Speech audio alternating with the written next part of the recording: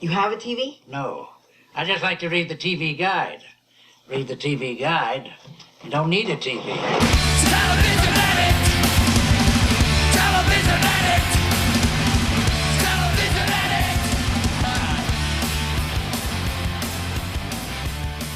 Hello, everybody. Whoa, what happened to my voice there? Allergies, man. Spring allergies.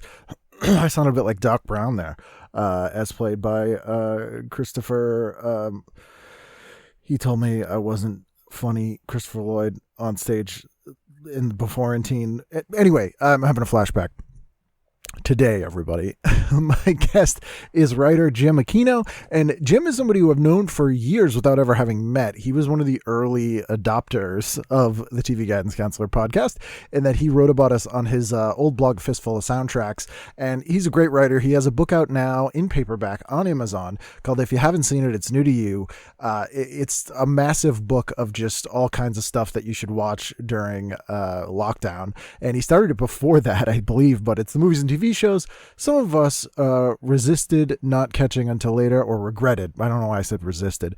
It's listed as J. John Aquino, but it's Jim Aquino. I'll put links up on tvguidancecounselor.com and all that, so you can get this book, because you'll love it. I say it in the episode to Jim, but it's one of those books you just like keep next to the TV, and if you can't think of something to watch, you kind of just randomly flip through and you'll find something to stream, and it's well worth it. Well worth the $15 or whatever it is on Amazon right now. But anyway, love talking to him. I loved him so much that this is part 1 of 2, because we spent way too long talking. So this is part 1 of 2. We recorded part 2 at a later date. So you will get that later this week, probably. And let me know what you think about that. I have had really long episodes before, and some people really love them. Some people don't. Some people find them intimidating. So I figured I'd break this one into multiple episodes. Shoot me an email at tvguidancecounselor@gmail.com, or ken@ikenread.com, or at tvguidance, or at kennethwread on social media. Let me know your thoughts on that, because sometimes they're long, and I want to know what you want me to do with those things. Anyway, please sit back, relax, and enjoy this week's episode of TV Guidance Counselor with the author of the book If You Haven't Seen It, It's New to You, the movies and TV shows some of us regretted not catching until later, Jim Aquino. TV is my friend, and it has been always there for me in time of need. Live via satellite from the West Coast, up very early, and I thank him for it. Jim Aquino, how are you? I'm okay. I've been better. Yeah. I think we all have this year, but it's fairly brutal. Well, thank you for getting up early and hopping on the computer to discuss old television with me. Oh, no problem. I discuss old television all the time in my head. Yes. So if anything, this is a mental health excursion so that you can actually exercise those demons. And we've been in touch for years, because you're one of the first people to cover my show. We're talking like 7 years ago on your website. That's right. The now defunct blog. Yeah. Although are all blogs pretty much defunct now?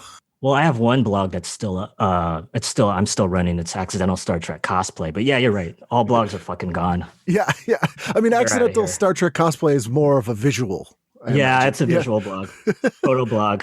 Have you ever done Accidental Star Trek Cosplay yourself? No. Oh, yeah. I wear a lot of V-neck sweaters, though, and that's kind of partially inspired by Star Trek. Being a stan. Because you grew up in the Bay Area, right? Yeah.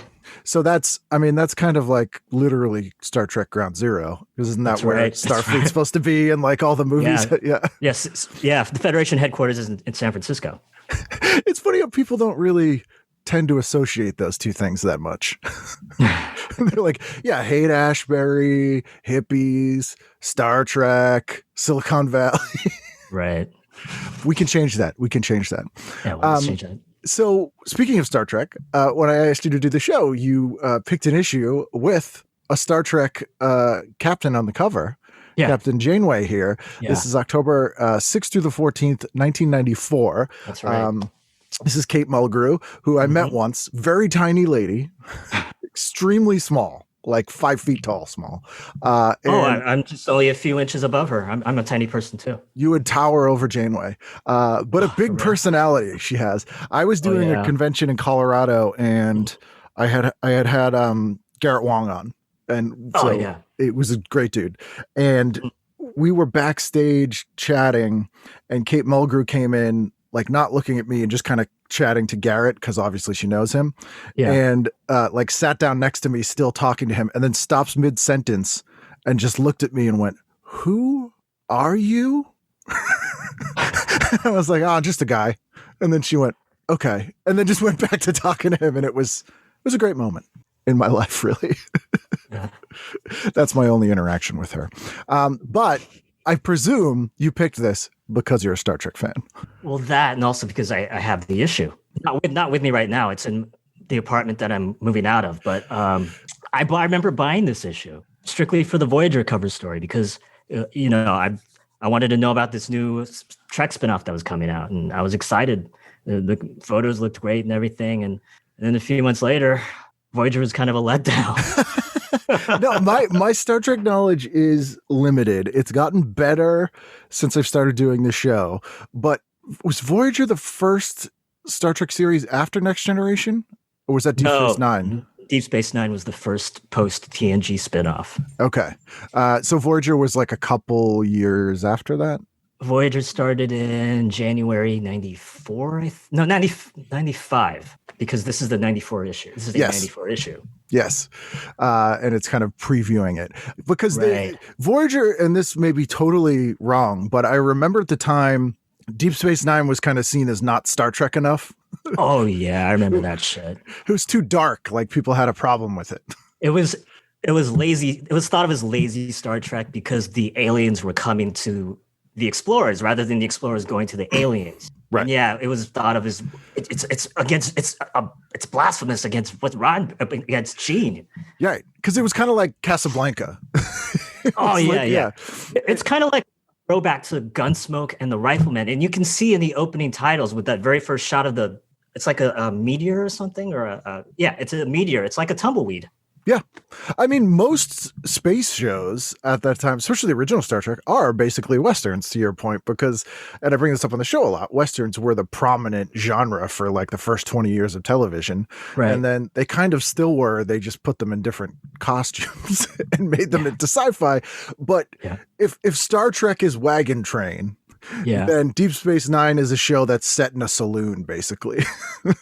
Yeah, you have a sheriff, and you have a Pinkerton detective, that's Odo, and you have a school teacher, that's Kiko. Yeah. Or Keiko O'Brien. So they were like, we need to do a show that's more like Star Trek, and that's kind of why we got Voyager, was my guess. Yeah, that's part of my problem with Voyager is it's a TNG rehash. They wanted to do a show that's more like TNG, and that's kind of my problem with that. One of my many problems with Voyager.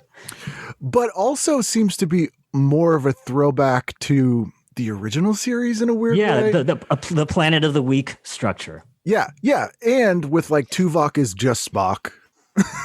And there's another problem I have with the show is that there's like 3 Spock figures. Yes. On the show. TNG had 2. It had Data and had Worf. And Voyager had Tuvok, Chakotay. not really Chakotay, but the Doctor. Oh yes. Because he's like a foil to all these fucking humans. And then the 7 of 9, so you had like 3 Spock / Data figures, and that's like too many. And they also 7 of 9 came in, I think, in season 2, and that's when they were like, "Oh, this is what the show's about now all the time." No, 7 of 9 was much later. Was it even later than that? She was much later in the show's run. That was one of my problems with it, where they just use her as a Deus Ex Machina in every single episode, where they're like, well, I guess we'll use 7's nanobots. It's like, that's how you fix everything. Yeah. Too much Trekno-babble, too, on that show. Is there really? It's too much of that made-up sci-fi sort of babble? Yeah, DS9, this is why I love DS9 more than the other Trek shows, is because they kept that shit to a minimum, and whereas Voyager just relied too much on Trekno-babble. And I've heard you on the show say that you have a problem with sitcoms where you can tell that all the characters are speaking like the showrunner. Yes. They all speak in the showrunner's voice. Okay. On Voyager, here. What? How many? I like wrote down a list of like all the characters who speak in the same overly voice. Where is it? Oh yeah, here. No. There it is. There's like 1, 2, 3, 4, 5, 6. 6 characters. They all speak in the same overly mannered voice. Janeway, Chakotay, Tuvok, the Doctor, Harry Kim, 7 of 9. They all speak like Gale. Yes. That dorky chemist that, Jesse killed on Breaking Bad. So it's like Voyager's like a crew of David Costabeles. Which is true. And that makes I think some people find a comfort in that. I don't think they know they find a comfort in that, but just that kind of like, you can just listen and kind of just not have to pay too much attention. But it's lazy. It's lazy writing because if you have lines that anyone can say and it doesn't matter. Whereas if you go, oh, that character would never say that or say it like that. Whereas on that show, like you really could just put almost, if the line wasn't saying my name is Captain Janeway, you could pretty much put that line in anyone's mouth and it wouldn't Harry feel, Kim's voice. Yeah. Yeah. Weird. But there you go. Also, I got a great story out of Garrett that Janeway there, Kate Mulgrew, was the only one who stole her costume when they were done filming. Have you heard this story? No. So first of all, Garrett's costumes were just Data's costumes from Next Generation. So they literally said be Spiner in them because Paramount just reused them and they're the same size apparently. And every day when you left the set, they would basically like pat you down so that you weren't stealing stuff. Because that's when the sort of aftermarket was just sort of becoming a thing. Mm-hmm. So last day of filming, he's trying to get stuff and they're stopping him. And he sees Mulgrew literally roll her costume up into like a tiny, like a cigar and like put it in her sleeve. And then he goes, what are you doing? And she goes, I don't want some pervert buying this. Which is pretty great. And she'd been around TV a while. She knew the score. Yeah. Have you heard about the behind the scenes drama? No. Regarding Voyager? Yeah. There was like have you seen that YouTube clip of Garrett Wang crying? No, but I believe it's true. No, it was a panel, him and Jerry Ryan. And Jerry Ryan was talking about how she had Kate Mulgrew, she had a contentious relationship with Kate Mulgrew because, she was a late addition to the cast and Kate Mulgrew resented that Cass was killed off. And she had a good relationship with the actress who played her and the actress was fired. And so she was kind of angry about the direction of the show. She was thinking, Seven was added as eye candy, plus Seven was dating one of the showrunners, or Jerry Ryan was dating one of the showrunners at the time. So Mulgrew had this frosty relationship on the set with Ryan. And so, that YouTube clip where Wong is crying because, I'm trying to remember what. Is it like mom and dad are getting a divorce type crying? Yeah, that it was like that. He was apologizing. I think he was apologizing to Ryan because he and Ryan were close. They were friends on the set. And he was apologizing to her for how Mulgrew treated her. Because she's a sweetheart and she actually is really good in that role. Like, she's absolutely eye candy. And probably that was the impetus for her being on in the first place. But she is really good. Oh, she killed it. That episode where Seven has MPD. Yes. Multiple personality disorder. And she takes on the personalities of all the aliens that she assimilated. And Ryan fucking killed it in that episode. Oh yeah. Or the ones where they like reveal kind of who she was before and like that. She's a really good actor. And, so I could see having that contention at the beginning for the reasons stated, but then if it continued, it has to be, oh, well, you've taken the spotlight from me on my show. Because that's really the only way. Because otherwise you're like, if you were being honest, you could just be like, wow, this is really good. Well, they're friends. Well, Mulgrew and Ryan are friends now, but when Voyager was in production, that was they had the frostiest of relationships. Of working relationships. I believe it, but that, kind of works for the characters. It kind of taints the show for me. Okay. What's your favorite series from that universe? In the franchise? Yeah. Oh, DS9. Okay. I've since January 2018, I've been trying to watch because I missed a lot of DS9 when it was in first run syndication, but I caught some of the episodes. So what I've been doing since January 2018 is I've been watching every episode of DS9 in chronological order. And how's that been going? It's won you over. It's taken me because of the book and because of all other kinds of shit. It's been taking me since 2018 to try to watch the entire run. I'm not even finished with the entire run of DS9 on Netflix, but I just finished Far Beyond the Stars. But that's actually one of the episodes I saw in first run syndication. But yeah, I watched it for like a third or fourth time. Because I remember, at least here, it aired in it didn't get the prime first run syndication spots that Next Generation did, which in a lot of markets was still running in those slots. Right. Like it had never gone away. And it was on like late nights. It would be like late on a Saturday night or like a weird time on a Sunday. So it was a little bit harder to see. No, in the Bay Area, they showed it opposite Friends. Oh, yeah. And of course, I watched that instead of fucking Friends. Well, yeah, there's not a lot of audience crossover there. Yeah, not a lot. Although you could call DS9 Friends and it would work as a title. I bet some Friends fan or DS9 fans probably done that mashup where they play the Friends theme over a bunch of shots of DS9 characters. There has to have been that on YouTube. Yeah, there's no way that hasn't happened. So let's dive in for Saturday night. Although I do want to mention there's an ad in here that immediately just drew me to it, and it's for a not a safety lighter, a safer lighter called the Cricket. And I gotta see this shit. It's on page, what are we? 10, right after the Couch Critics review of Sweet Justice. Oh, okay. With Melissa Gilbert, which is not what Luke Cage says.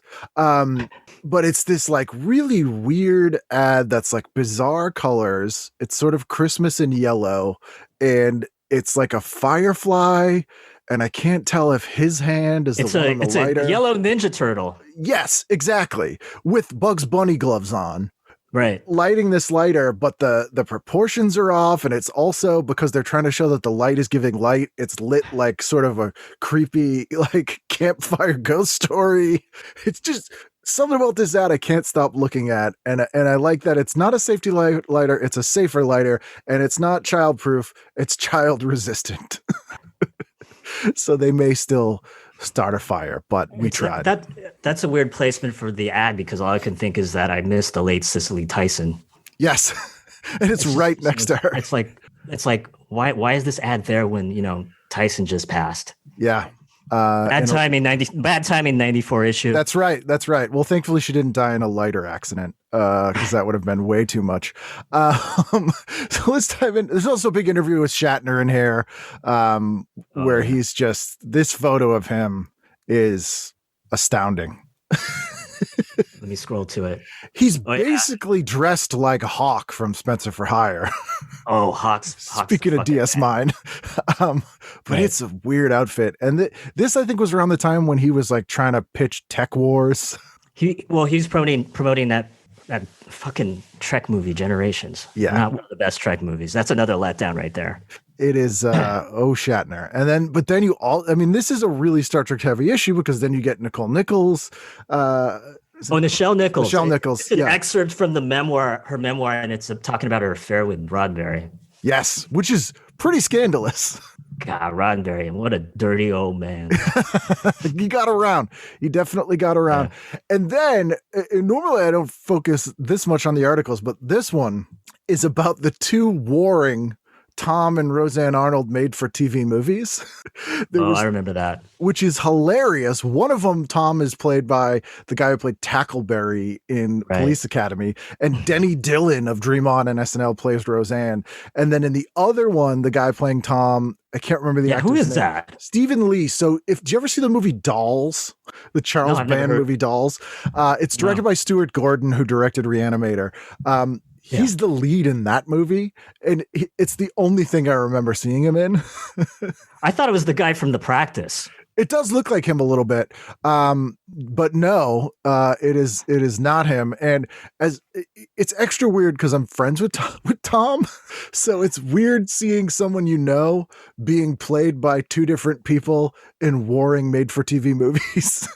Was Tom Arnold a guest on the podcast? He was, yes. Okay, I haven't listened to that episode. That's a fun one. He's an interesting maniac. But I mean, he's just got amazing stories, and I've talked to him about how weird it was to have you being played by two different people in warring made-for-TV movies in the same week. Oh, they both came out they both aired in the same week? Yes. Because this was around the time that these sorts of rip from the headlines TV movies were for that little blip of 3 or 4 years. So we had the 4 different Joey Buttafuoco movies on all at the same time. And then these 2 all at the same time, where I'm sure some corporate lawyer was like, guys, these stories in the newspaper, we don't have to pay anyone. So that they could you could pay different people for rights. So like, because there were a story certain people experienced, you'd be like, we could pay this guy because he was there, but they can have the one from that guy who was there, and we can all have rights to this story, which was kind of a new thing. It was inadvertent Rashomon.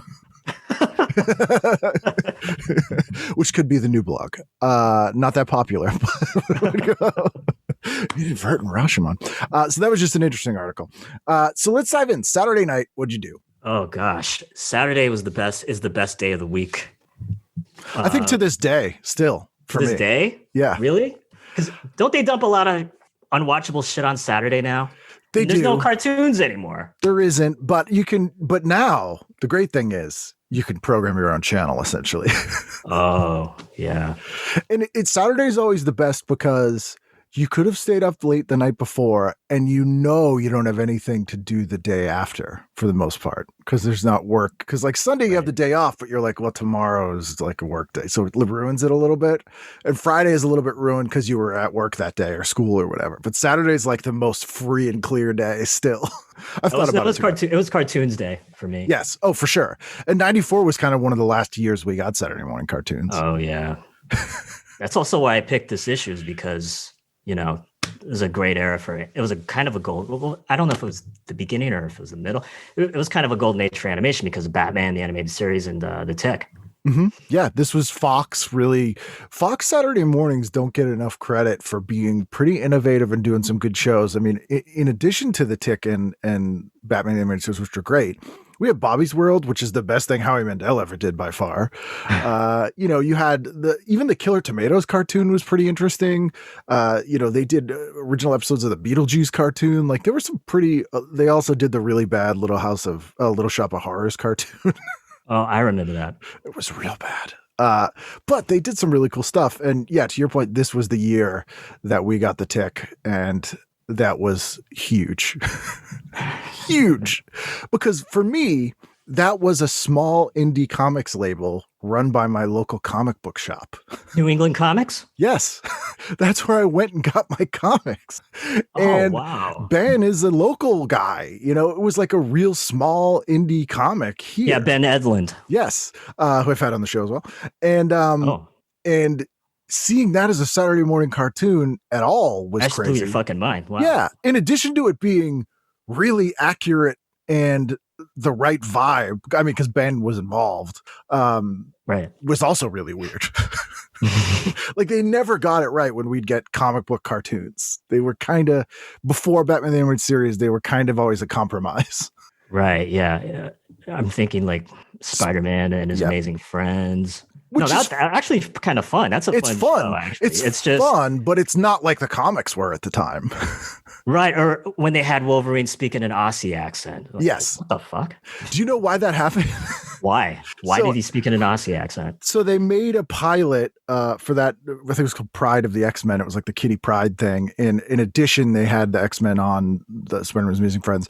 And whoever produced the show at the time didn't know anything about the characters. And he went to his newsstand and pulled up an issue of X-Men. And it was during a storyline where they were trapped in the outback. Is this the Savage Land? It was around that time. Yeah, they were believed to be dead. And so they were actually in this like outback world. And there was like this Aboriginal guy who could open doorways. I was reading Uncanny X-Men around that time. Yeah. 1987. Yes. Forge was a big player at the time. It was kind of that thing. So Kitty Pryde, yeah. So this guy was like, Australia. Oh, I get it. Guy's Australian. That was the sum total of the research he did. Oh, God. And so that's why that character has an Australian accent on the show. Yeah. But I almost am like, well, he did a little research, so good for him. But he, we didn't have Wikipedia or anything. He would have had to Yeah, like so call sad. up someone at Marvel, and that would have been a pain in the ass. But this is also when Batman the Animated Series became Batman and Robin, which True. it's sort of been integrated into the Batman the Animated Series world because it is part of that. But it was a different show. They fucked up the opening titles. I love that the BTAS opening titles didn't say the title of the show, and so when they changed it to Batman and Robin, they added the title to the show. Yeah, and that sort of ruined the opening titles for me. Which was kind of amazing to have a kids show that doesn't actually tell you the name of the show because you don't need to. Yeah, you don't need to. That it's Batman. By playing the first few notes of Danny Elfman's Batman theme, you know that it's Batman. Yeah, which is, I believe, what people would call a flex. You're like, oh yeah, we got a show. Yeah, we don't even need to tell you the name because you all know. You know it. But even the Batman Robin, they had like redesigned a lot of the characters and like. Oh, not yet. They were still using the old redesigns from '92. Oh, were they? So they hadn't done the new Scarecrow or the new Joker? When they moved to Kids WB, that's when they fucked up the designs. Ah. No, I don't want to say that because I interviewed Paul Dini in college when I was on college radio, and what was I going to say? Something about Paul. He's great. Yeah. The designs. Great, yeah. The character designs when they went on WB. Yeah, some of the designs sucked. Like I hated what they did with the Joker. But I loved what they did with the Scarecrow. Oh, he was much scarier. Yes. So much like creepier. Some got a little better, but yeah, some of them were not good. But the Joker among them.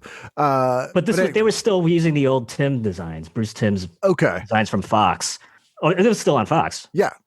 I didn't know that was the change. But that makes sense now because that's when the Superman animated series, I think, launched WB as well. Which it was like 97. Was it what that were you going to say? Which I actually really loved as well. But was it that late? It might have been. 97. Okay. Was when they did the Gotham Knights redesign, the revamp. Oh, that's what it was called. Because I was watching it, but wasn't paying as much. Like, put it this way. I had let my subscription to Wizard magazine lapse. I remember Wizard. By that time. So what'd you do at nighttime that night? Oh, no. We're in the morning. We're at 5 a.m. Okay. We're at 5 a.m. and Small Wonder is on. You gave me the Virginia edition of the issue. I had the San Francisco Metropolitan edition. So if I had used the Bay Area edition, it'd be nothing but Comedy Central programming on the list. So it's a good thing you sent me the Virginia edition because you have a little bit more choice here. Because Small Wonder is on not only at 5 a.m. It's on at 5:30 a.m. as well on channel 5 in Virginia. Really? You get a full hour. What was I going to say? It was something about the Virginia edition doesn't have Comedy Central on it. Yeah, they didn't have it yet. Oh. Which is amazing. So Comedy Central launched in late 89 as a comedy channel. And the problem was we got all these new channels in the late 80s, early 90s. So like Golf Channel was a big one. But Cartoon Network, Sci-Fi Channel, Comedy Central were kind of the three big ones. And the way cable contracts worked with cities was they were individual contracts for a certain amount of time. And they couldn't add channels till the contract was renegotiated. So if you were either a really early adopter city of cable, you would get these because your contract was probably up, or really late because you could get it when they were already there. But the people in the middle ground, which included Boston, like we got Comedy Central early, but we didn't get Sci-Fi or Cartoon Network till like late 90s because we had like just signed a new contract with Warner in like 89. So that's why we got Comedy Central, and then we didn't get a new contract till like 98. which was just weird. And I remember going to town hall meetings when I was like 12 years old and like asking the board like when we were going to get Sci-Fi. You were that guy? Yeah. I was wondering because there were people who were like my sewers and blah blah blah. I'm like, hey, when are we getting Cartoon Network on our cable system? Because that's who negotiated it. But yeah, what was on Comedy Central that early in the morning in those days? I imagine it was probably like Who's Line and lots of hacky stand-up clips. Okay, clip shows. There was all those stand-up clip shows. Soap. Oh, that's right. I remember being a fan of Soap because Comedy Central Aired soap every other hour. They made a big deal out of acquiring that because it hadn't run in syndication, and they were like, we got soap. Oh no, it was on a syndication in the Bay Area. Oh, it wasn't here. Like it hadn't been seen on TV in a long time in this area. So they made a big deal out of like, hey, remember soap? Yeah, we got it. And I always love Richard Mulligan. Oh, Burt Campbell. Yeah. Yeah. Something about him was just very endearing, to the point where I watched Empty Nest every week, even though I didn't like the show. Just on his charm. Yeah, Burt was my second favorite character. My favorite character was Benson. Yeah, in the first two seasons.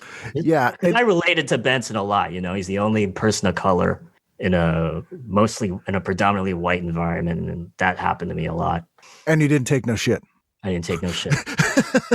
You were an acerbic, sarcastic asides to the audience guy with gray in my hair. Yes, in my hair. I've been rewatching Benson, the show Benson, recently. Yeah, there's a lot of murder in that show. Did you see the episode where they're in a nuclear bomb shelter? Yes. I want to see that episode. Some of it's you can find some online, and a few of one of the things I hate about all the streaming services is they've split series among them.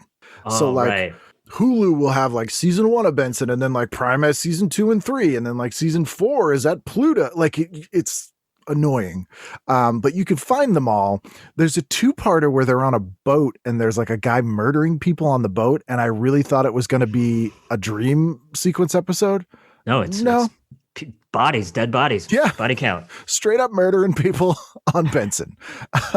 So what'd you do after your 5 a.m. Small Wonder double dip? Oh no, we're still talking about Small Wonder. Okay. The reason why I picked Small Wonder is because I hate the show, but I was trying to write this. I told you about this in an email. I was trying to write a novella based on a tweet that I wrote a few years ago, saying I was making some joke about Small Wonder's series finale. They never had a series finale, but I thought the show should have ended with Vicky starting a robot uprising.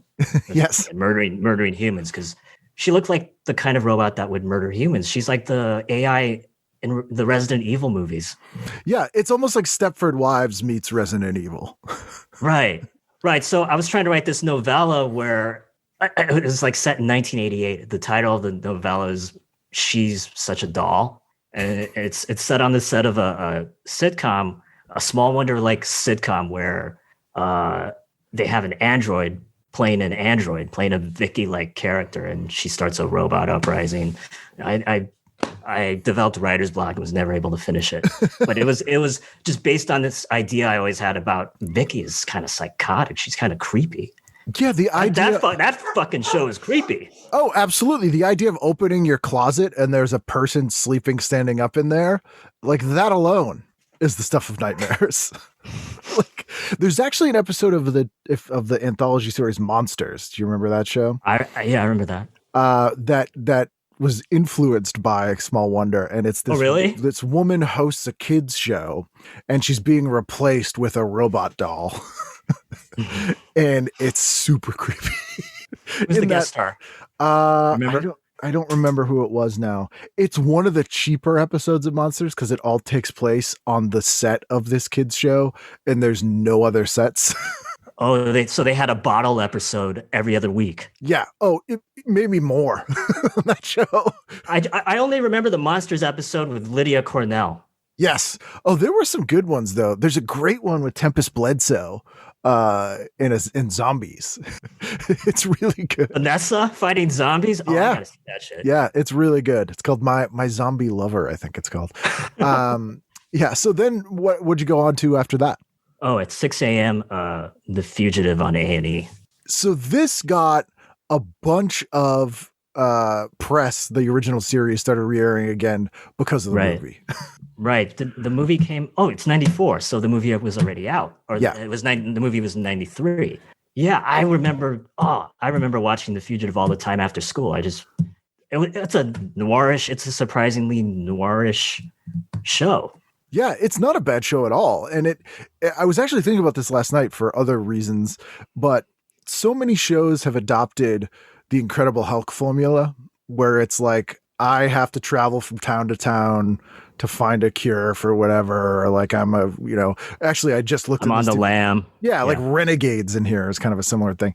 But and Leah Remini's in this episode of Fugitive of Renegade with an Elvis impersonator.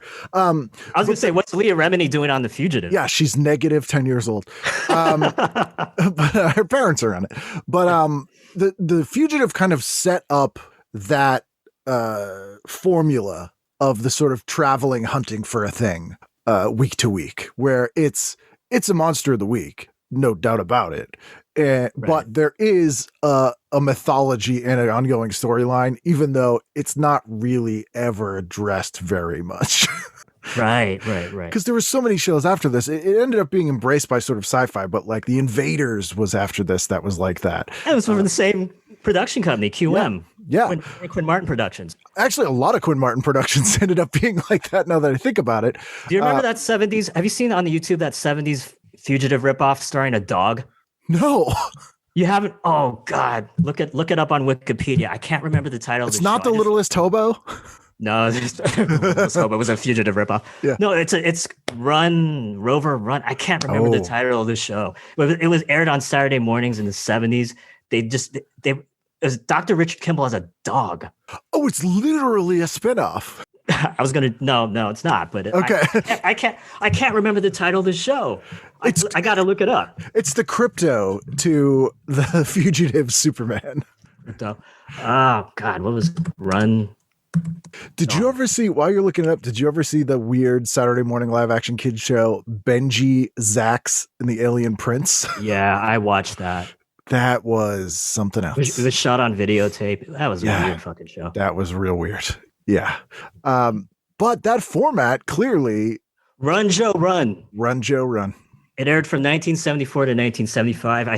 I think William Conrad also narrated the opening credits because William Conrad was the narrator of The Fugitive. Oh, yeah. I mean, he was Quinn Martin's favorite. He was Quinn Martin's muse. Yes, he was. Oh, that's a whole other novella right there.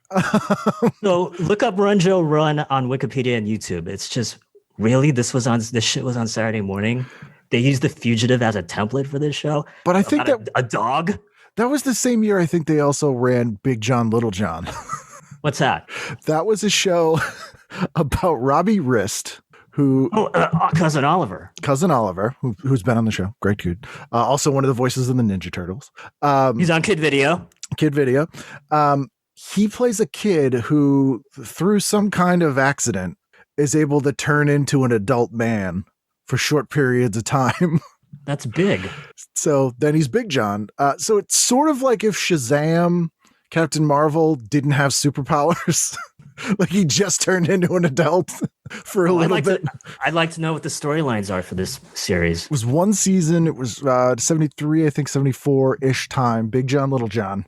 And it's real 70s. I think there's at least 3 episodes about CB radios and truckers. And it's a weird one. It's a real weird one. It sounds like Big the series. Sort in fact, of. They tried to turn Big into a TV series once. Is that true?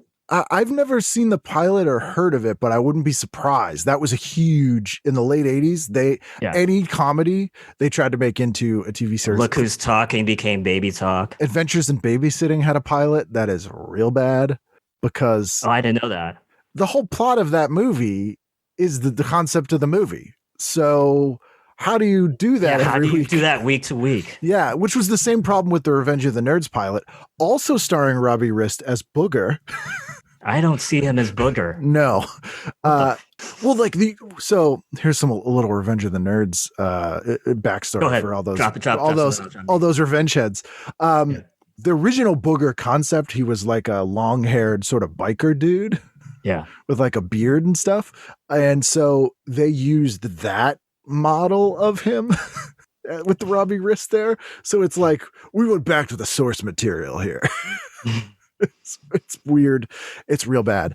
But the Adventures in Babysitting pilot, they get trapped in a sewer for the whole pilot. It's who replaced Elizabeth Shue in the pilot?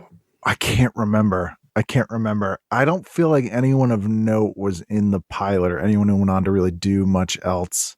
It's bad. But everything they tried to do every show. I mean, Coming to America had an unaired pilot that was broadcast on CBS. I remember watching that. Yeah, we also had Uncle Buck. With Kevin Meaney. Yeah, which was actually pretty good. Ferris Bueller, like they were mining everything. Weird Science, Fast Times, '87, which is great. Right. We'll get to Weird Science later. Nice. Okay, let's move on. What do you got? We were talking about The Fugitive. Yes. I wish they don't list what the episode is, because I would like to know what the episode of The Fugitive is that's airing on 6 a.m. on Saturday. Is Suzanne Pleshette in this episode? That's what I'd like to know. That'd be a nice. Robert Duvall, yeah. Emily, is Robert Duvall in this episode? That's what I'd like to know. A&E. There's a few shows that they're like, look, you don't care what episode this is. You're just gonna watch it. Doesn't matter. Right. Regardless. Yeah. Yeah. There's certain shows where they're like, people who watch this, they don't care. David Jansen is an unusual choice for a lead actor because he barely says anything. Mm-hmm. His dialogue is really minimal on that show. It's just a lot of nervous twitches, and yeah, he's incredible on that show. So maybe a dog makes more sense. A dog's more expressive than David Jansen. Yeah. No, but David Jansen did so much with so little, which was one of the wonderful things about this show was that, you know, he underplayed the role so well. Same thing with Harrison Ford in the '93 movie version. Gerard was a dick on this show. Oh yeah, big time. Well, he's in the movie too, but he's more likable. Tommy Lee Jones makes him more likable. That's true. Here, he's a total prick. I remember reading a James Elroy article about in Movie Line magazine. I think it was about The Fugitive, and he was like saying, "Oh, Gerard has a tiny dick. That's why he's chasing Dr. Kimball." Yeah, I mean that it'd be funny if that was the finale. That's what we found out. It was just Tiny Johnson. They just do like a reveal, and he's like, "There was this the whole time," and then his tiny dick starts a robot revolution, and they take over the world. What'd you have after that? 10 a.m. The Adventures of Batman and Robin, and it's a really good episode. It's the return of Alan Rackins as the Clock King. Yeah, who is such a great character on that show for a pretty obscure Batman villain who is kind of looked at as a joke character. Right, like Killer Moth. Yeah. They never did Killer Moth on that animated show. No, they didn't. Was he Killer Moth on the Brave and the Bold?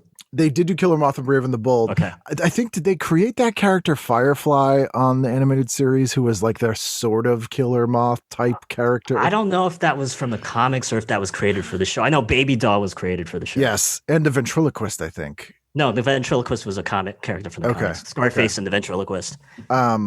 But yeah, the Clock King was basically like the most Batman 66 kind of Batman villain that they made into like a really fascinating, like kind of a sad character. Yeah, he's one of their more sympathetic villains. Yeah. That's one of the nice things about BTAS is that you understand some of the villains' motivations. Almost all of them, actually. Like even Clayface. You feel really bad for him. Baby Doll's totally fucked up. Yeah, again, that one is oof. The worst Batman villain ever, and Deanie has said this. Do you know the notoriously the worst episode is the one about the farmer who makes mutant chickens? Oh, is that Farmer Brown? Yes. That is that was created for the show. Is that called Critters? Is the episode title Critters? I think so, yeah. That's a bad episode. That's a bad episode. No, I thought the crappiest BTAS episode was I've got Batman in my basement. I hated that one. With the kids. The kids were too 90s. That's what really bothered me about that. They were like sassy 90s kids. You know, they were like, it was like Batman meets Bebe's kids, which was annoying. Like it just didn't work. That was not there's a weird ass movie I'd never heard on here at 9 a.m. called Aaron Slick from Punkin Chick. Okay, I got to look that up on my PDF. On AMC, and this is mild songs and humor spark this version of the old play about a country bumpkin played by Alan Young in the city. Dinah Shore is in it. What time? 10 a.m.? 9 a.m. Yeah. 9 a.m. Aaron Slick from Punkin Pumpkin Crick. It's AMC back when they showed movies. Yes. Good movies. Great fucking movies. That's what the M stood for. Right. That's what the M stood for. Oh, Alan Young's in this. Yeah. Uncle Scrooge. Yeah. So that could be interesting. I've never heard of it before, but it sounds a bit like a little Abner kind of ripoff type thing. Then what'd you have? Oh, okay. Well, we didn't talk about the episode. The Clock King. Yes. The Return of the Clock King. So what's interesting about this episode is that time travel is involved. Yeah. You remember? Yep.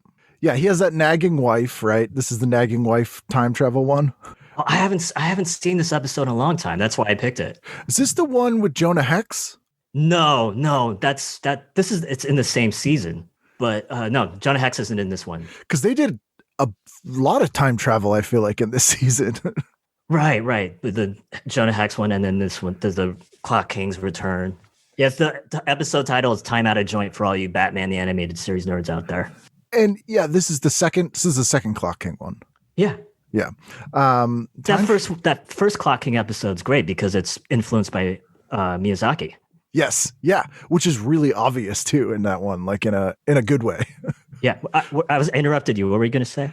That time travel is a touchy plot device to use. And I feel like it's tough to write. It's very tough to write. Because you can do it lazy and it's real bad.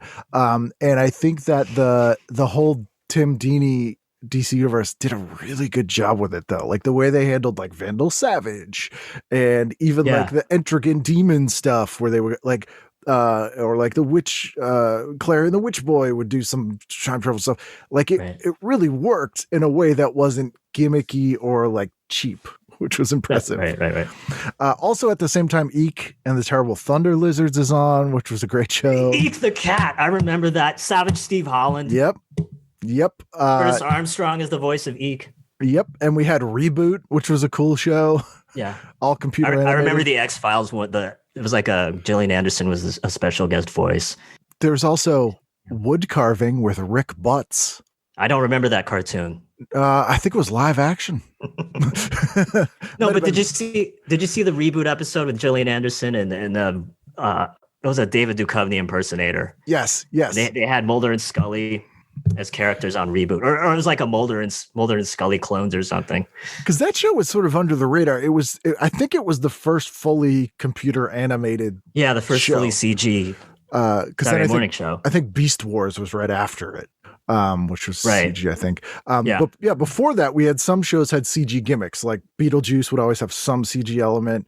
The fake ads, the ad parodies. Killer Tomatoes would have some, but yeah, this was fully CG. It looked amazing because we had never seen anything like this at the time.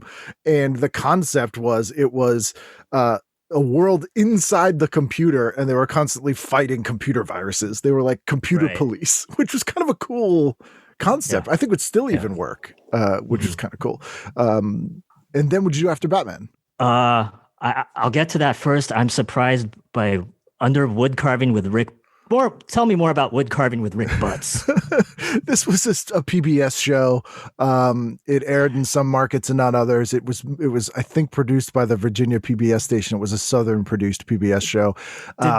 Did this show inspire that Will Sasso sketch on Mad TV where he keeps sawing off his limbs? That's what I keep thinking. I think that was New Yankee Workshop, which was the basically the Boston PBS equivalent of wood carving with Rick Butts. WGBH? Yes, GBH. It was Norm Abrams, who was This Old House wood guy, who had his own show doing the New Yankee Workshop. And then the South was kind of like, we can do that. We'll get Rick Butts. It was like a real rivalry with Rick Butts and Norm Abrams. So that's what this was. And I just saw it, a show that I spoke about in detail on my episode with my friend Nick Chambers, Gerbert. What is that? Gerbert. Is that a religious channel? Is 57 a religious channel? Yes, this was a show about a little 5-year-old boy puppet who was orange and Jesus. It was kind of like if Elmo was a born-again Christian. And really, really, really annoying. That was what Gerbert was like. There were mimes on it. Oh God, It was a mine. whole thing. He talked like this. With Southern, I'm Gerbert. It was one of the first things I remember hate watching as a young person. Does Davy and Goliath air after Gerbert on 57? They would do that on Sundays. That was the traditional Davy and Goliath time. Oh, it's only on Sundays. Okay. Yeah. That is some Lutheran rule for that. But Cheat Dave. I don't know. Davy and Goliath is a great show in a lot of ways. And I love Gumby, the other Art Clokey thing. But it would the God stuff always felt so tacked on in Davy and Goliath, because you'd have this whole episode, totally normal episode. There's like a minute left, and they're kind of just kind of doing like a download of what had happened. You know, someone got trapped in a well or something. And then Goliath would always be like, God's like that, Davy. And he'd be like, wait, wow, what? It was always like they forgot and they had to shove it in there at They the forgot end. it was a religious show. Yeah, like, oh man, we got caught up in the story. This is how the dog say something at the end there. So what'd you do then? I'll get to that first, but I noticed below wood carving with Rick Butts, I didn't put this on my list, but Phantom 2040 is on there. Yes. That was the show from the Eon Flux creator. His last name is Peter Chung, I think, was the animator's name. Mm-hmm. I wish I could see that show again because it looked interesting. It's a great show. A friend of the show, Scott Valentine of Family Ties and My Demon Lover fame, was the Phantom. And I believe the voice director was Andrea Romano, who did all the Batman the Animated Series stuff. Well, I got to interview for college radio. It was great. She's awesome. Awesome. And yeah, this was they had tried to use the whatever that newspaper syndicate company was called that owned the Phantom. Is it King Features? King Features, yep. The King Features sort of superheroes, which are Flash Gordon and the Phantom and Buck Rogers and those kind of Mandrake. characters. Mandrake's the best one. For years, and they did, whatever. What was that one called? Defenders of the Earth. Defenders of the Earth. And they didn't kind of click. And the Phantom was the one they just kept pushing. And I think they decided it was the most Batman-like one out of them, which is why we got that movie with Billy Zane, which isn't a bad movie. But this was interesting because they let that guy, the Aeon Flux guy, just kind of go wild. It was like, well, we need to do a Phantom show. I don't know. And he's like, I got an idea. And they're like, cool, go for it. So it was like a less sexual Aeon Flux and looked cool and had a really great sort of futuristic, weird storyline. I don't know if any of it's streaming now, but it's a good show. No, that's another show that's going to send me down a YouTube rabbit hole. Well, that's the dumb things you got to do. Right. What's next? Okay, The Tick.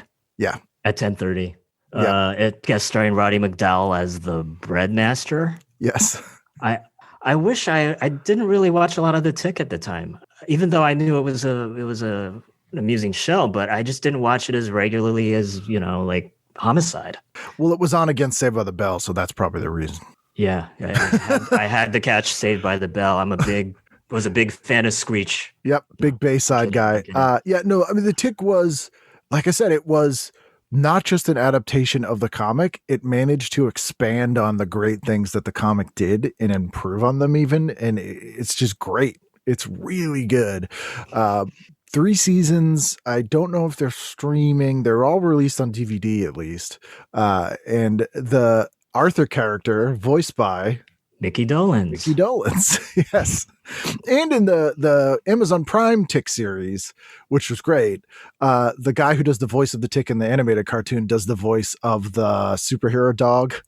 Really? I never watched that Peter Seraphim, the Amazon version. It's with great. Peter, how do you pronounce it? Serafinowicz. Oh God, he's a fucking awesome impressionist. He's great. Like, it is really, really, really good. It's really good. Isn't Griffin Newman in that? Yep, he's Arthur. Yep. Okay. It's fantastic. It's even better than, and the other live action series was great as well. But this is with like Patrick Warburton. Yep, this is like I saw that culmination of everything they've done Tick wise, and it sort of just it's perfect. It's really great, and it manages to also be kind of dramatic and make you care about the characters in a silly world. Which is Edlund involved? Yeah, he did it. It was just him. basically. He ran the whole show, and then season 2 he brought in David Fury, and from Angel. Yep, Angel and Fringe and Buffy and Roseanne, and it's great. It's really, really good. I cannot recommend that highly enough. I actually have props from that show in my kitchen right now. Oh wow! John Hodgman's in it. Like, it's great. Yeah, highly recommend it. Then did you see this? Did you see the Roddy McDowall episode? I don't remember it. I've never watched it. Yes, he was the bookworm on Batman 66. And he was the Mad Hatter on the animated Batman the Animated Series. Yes, and this character is a parody of that. The bread master. So he's like basically if the bookworm was a chef. And so he uses like yeasts and like bread blobs. It's very funny. It's really funny. And if I'm remembering correctly, I think the Tick has to end up eating like all of his like henchmen. I don't get why his catchphrase was spoon. That's the one thing I don't get about the show. So it's just a non sequitur. It was like because catchphrases were so dumb, they were like, it might as well just be whatever. I say that in my book. Catchphrases are just, lazy writing. They are when I think you try to create them. I think there are a few catchphrases that end up becoming like a catchphrase organically that is rare, but those can be okay. Right. But yeah, when they get shoehorned in or like Sit on it. Sit on it is a good example. Oh my Lanta, I remember mentioning in the book as a lame catchphrase. Do you have a catchphrase you think is okay? Oh God, any of the catchphrases on Sanford and Son? Dummy. Oh Elizabeth, I'm coming to join you, honey. Yeah. Okay, that's fair. You big dummy. Red Fox can do any catchphrases. Now I want to hear Red Fox do other people's catchphrases, like just to see if it was him or the catchphrase. Sit on it, Ralphie. What are you talking about, Willis? I'm the baby. All those would work very well. Not the mama. Exactly. That would be great. Lamont, not the mama. Reboot of that with him as the baby. Actually, a reboot of anything with him as the baby. Fantastic. Look Who's Talking. Someone should re-edit Look Who's Talking and take out all of Bruce Willis and just replace it with Red Fox. Red Fox lines from Sanford and Son that are appropriate to the movie. It would be a real labor of love, but I bet the final result would be fantastic. Or even stuff from his old records. Oh, the blue records. Yeah. Oh yeah. Yeah. You gotta wash your ass. Yes. Which appropriate for a baby to think. I think we could do it. Yes, Malcolm X's former cellmate, Red Fox. That's right. Yeah, I read the autobiography of Malcolm X in high school. Yeah, isn't that where they got Detroit Red from? Yeah, they called him because both of them had red hair, right? And so they both were called Red where they were from, and they like bonded over that. And we're like lifelong friends, which is so weird.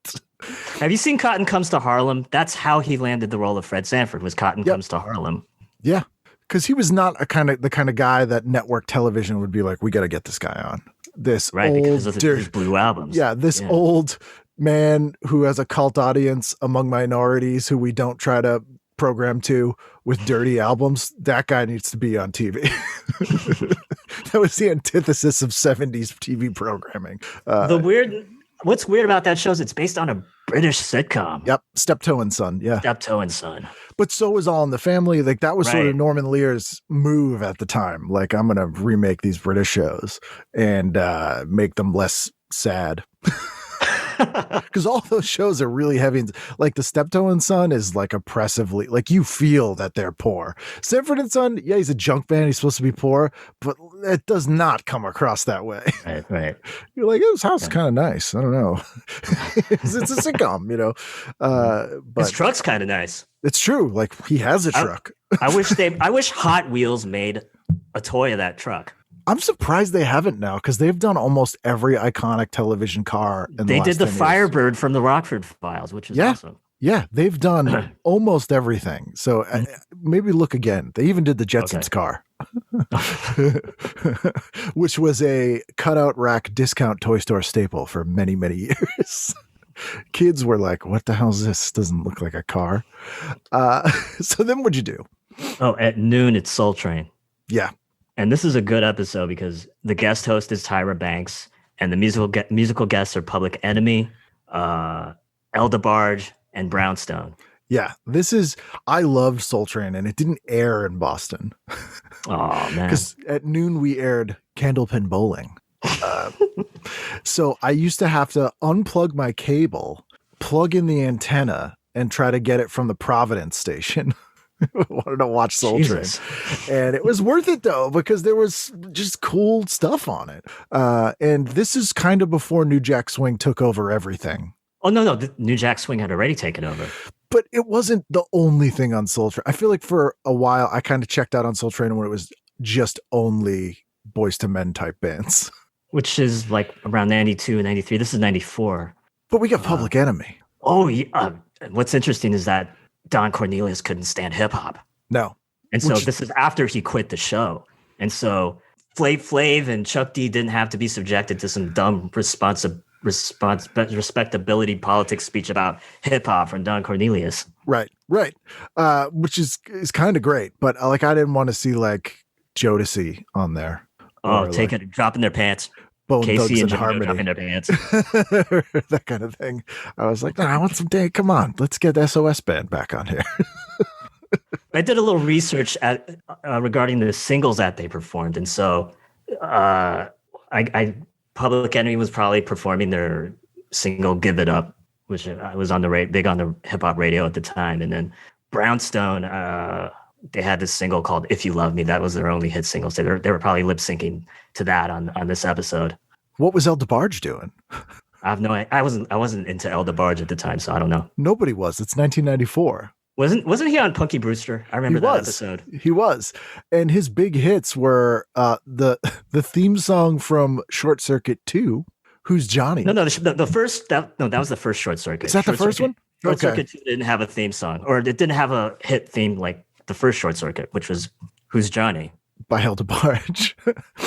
And because Rhythm of the Night was DeBarge, not his solo work. Right. That was the family. Yeah.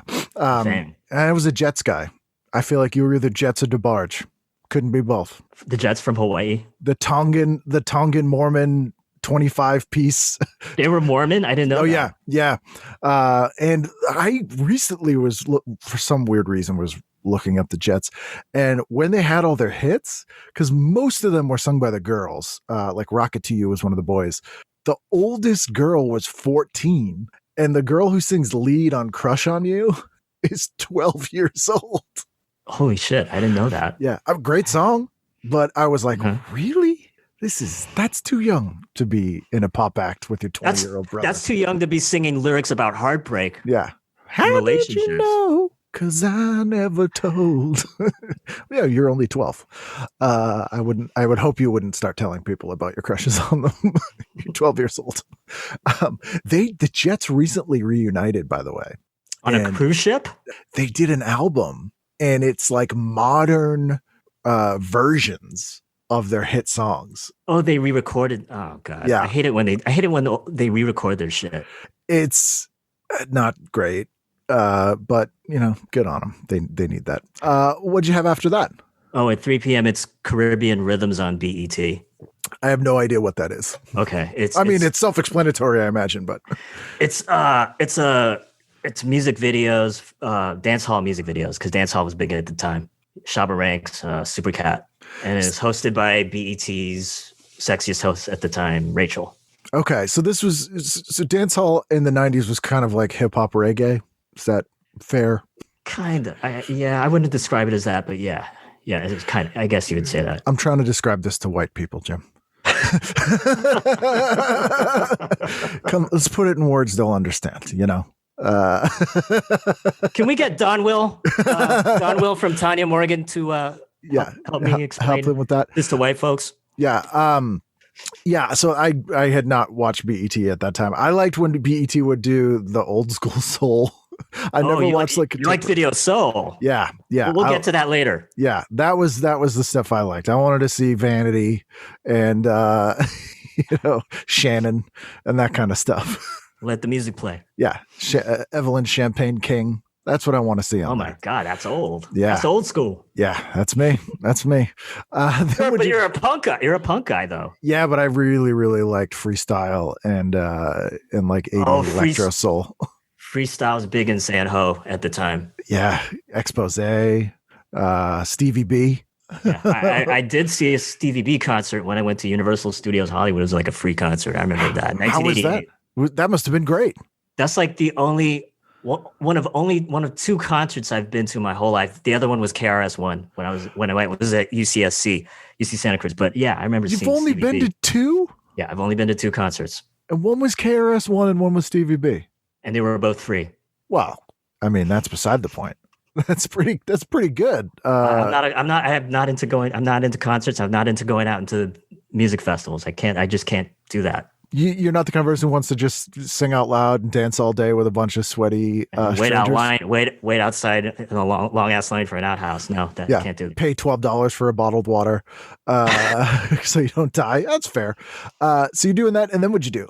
Oh, okay. After Caribbean Rhythms at 6 p.m., it's DS9. Okay. Star Trek Deep Space Nine. And it's an episode I saw for the first time on Netflix a couple of years ago. It's The Search Part 2. So Odo, it's Odo finally finds his homeworld, but then he decides to bounce. Yeah. That's the Dominion. That's his. Is that his? Yeah, race? the founders. Yeah. Is it the Collect? No, that's the Borg. Yeah. The founders are his race. Yeah. The Changelings. Which he's not playing the same character as he was on Benson, but Clayton Endicott. he could be. We could imagine that character evolved into his race. Like at some point after Benson ended, Clayton was shot into space and became the shapeshifters that was Odo. Odo, and they're both prickly characters, Clayton and Odo. It's true. Odo, who looks like best case scenario Eric Trump. See, I would have gone Baywatch. It's on at the same time. This is the second of two parters. This is the big earthquake episode. Hold that thought on Baywatch. I thought Eric Trump always looked like Flory from Pee-wee's Playhouse. Sometimes, but not as cool. Not as cool. Flory's got that punk edge, and he just looks like a mess. He looks like a clone that something went wrong. Like they left it too long in the Germinator. Mid shapeshift. Yeah, it didn't rise properly.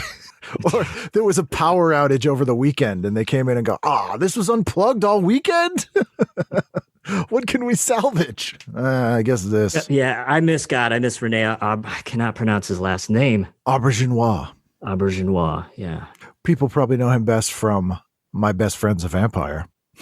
Have you ever seen Robin Lively in that? No, she's in Teen Witch. Teen Witch. Okay. Best Friends of Vampire is the main dude from Dead Poets Society and My Boyfriend's Back, Sean something. But the guy from House? Yes, him. He's a vampire. Wilson from House. Yes, he plays a vampire. I got to see this movie. Teenage vampire, and Rene Auberginois is his mentor. Who teaches him the ways of vampirism. Did he sire him? No. He was sired by someone else, but he's his assigned to be like his, let me teach you. Oh, okay. Ways. He's like the Vincent Schiavelli character from Ghost. Exactly. And teaches him how to be a vampire. The Van Helsing character is played by David Warner. Who was Jonah Hex on Batman the Animated Series. Yes. Who is great in that episode. So what'd you do after that? Oh no, we would go back to Baywatch. Okay, yes, Baywatch. Continue. No, what was the Baywatch episode that you're interested in? Oh, this one is the second of two parts. This is an earthquake, severe earthquake, leaves Hobie, Jackie, and Stephanie fearing for their lives, and Matt and Mitch try to rescue them. So this is like a big earthquake two-parter, and it's fun. It's a fun one. I love Baywatch. It's the best worst thing ever. I didn't know Carrie Ann Moss was on Baywatch because I saw a YouTube clip of her on Baywatch. A lot of people. It was on a long time. It was on about 10 seasons, and a lot of people went through that show as guest stars. Weirdly, I think I've had 5 cast members of Baywatch on this show. And it's a fun show to talk about. All on Amazon Prime right now in brand new HD transfers that look stunning. Who from Baywatch have you had on the show? Vanessa Angel. Excuse me, I burped. Who's in Yeah, I season heard the one. Vanessa Angel Yep. episode. Speaking of weird science, Yeah. Christina Elise, who was in season 1 of Baywatch. Alexandra Paul. Oh, she's in Christine, which I talk about Yes. in my book. Yes, and is the best. She's a sweetheart. She's great. Yeah. Who else? There's someone else that I had on from Baywatch. That David Chokachi. never had Chokachi. Erica Olenek. Did we do an episode? I'd have to look it up now. It's 500 episodes. Was Nikki Cox on Baywatch? No. Tracy Bingham was on from Boston. Donna D'Erico, who was on because she was on Baywatch Nights, and then when that got canceled, they transferred her over to Baywatch Prime. Baywatch Prime. Baywatch Prime. Yes, Baywatch Nights was the DS9 of the Baywatch universe. Oh, yeah. We call Very it gritty. original series Baywatch. Yeah, it's The mothership. yes, exactly. Baywatch is the Star Trek for the thinking man. Do you remember that season of Baywatch Nights where they tried to rip off the X-Files? Season 2. Indeed, I do. I have it right here next to me straight from Germany on DVD. And it is some saint on YouTube put together a super edit of all the season 2 next time on Baywatch Nights. So it's all like the little 30-second encapsulations of the episodes. And so it's about 20 minutes long, and it's all you need to watch. It's amazing. Like each one is crazier than the last. And you're like, an unfrozen caveman? What, shape-shifting aliens? Not like, it gets insane. A mummy? Possession? Like, it goes. It was time travel. Did they ever do a time travel episode? They certainly did. Or a time loop episode? Yep. Oh. And Stephanie Holden shows up as a ghost because her character was killed in Baywatch. A ghost in her Baywatch bathing suit. And when I talked to Alexandra Paul, I was like, what was going on there? She's like, I have no idea. They would just like show up. You're a ghost. Stand there. And I was like, okay. It's just like, I think that probably was the best way to approach Baywatch Nights. Fantastic. Also, speaking of that kind of thing, Sightings is on that night as well, which I don't know if you're a fan of. I saw a clip of Sightings on YouTube recently.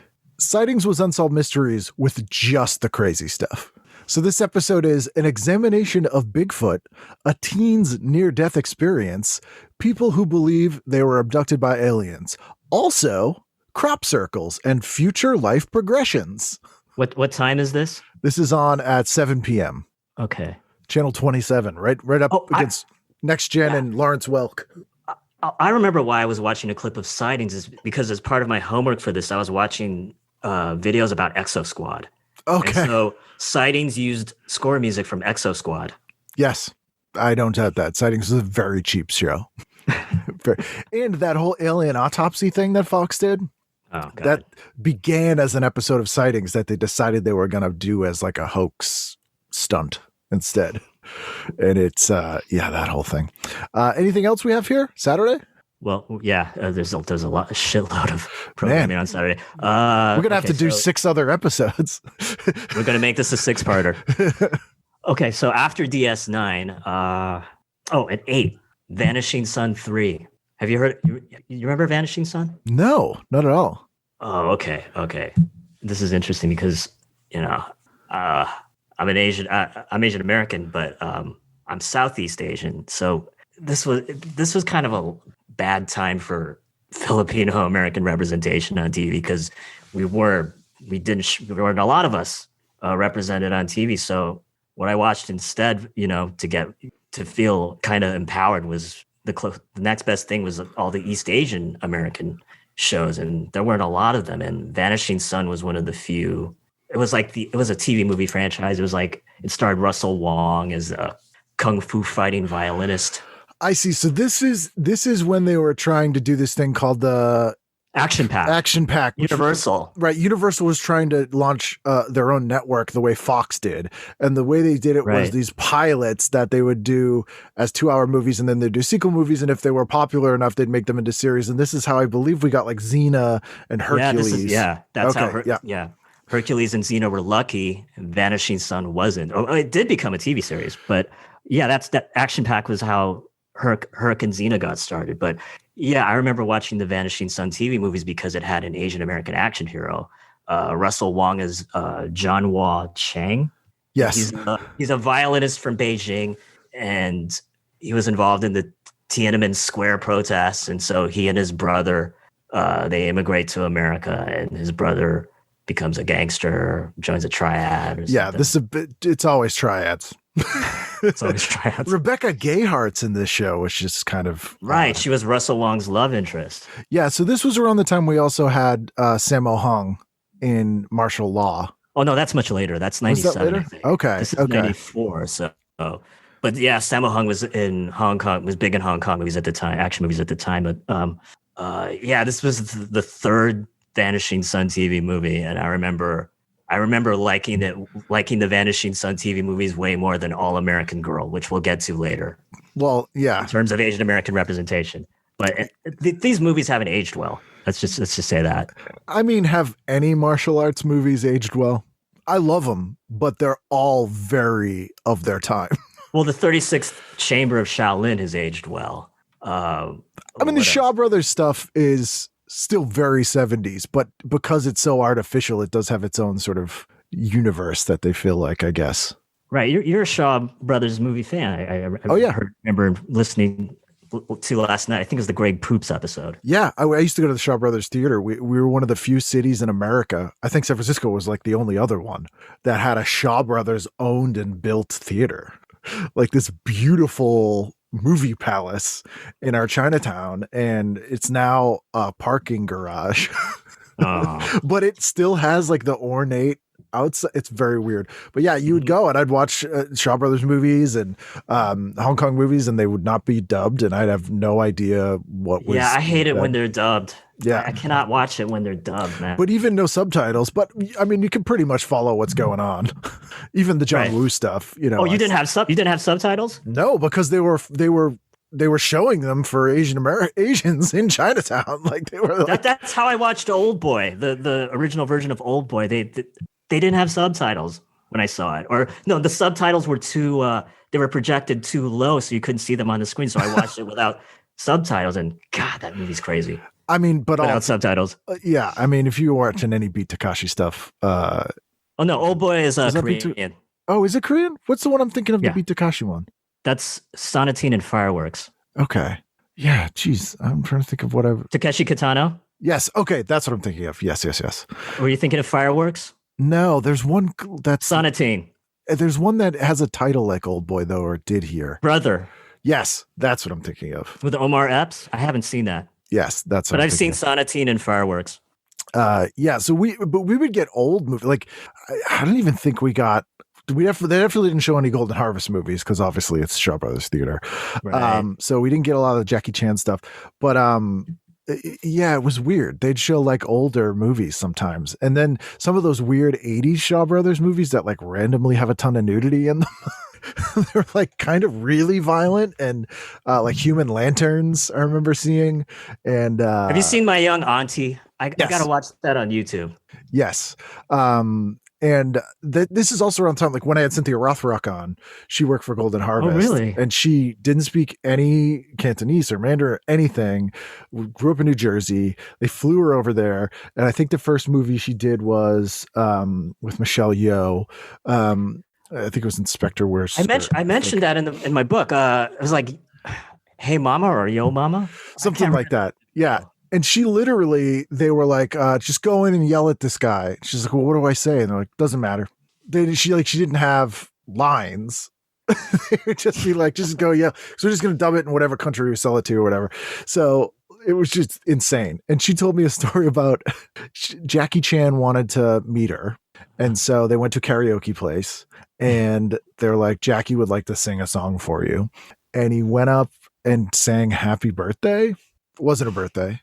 And really badly, and she started laughing, thinking it was like him doing a joke, and it wasn't a joke. And they all got really mad at her, which is pretty great.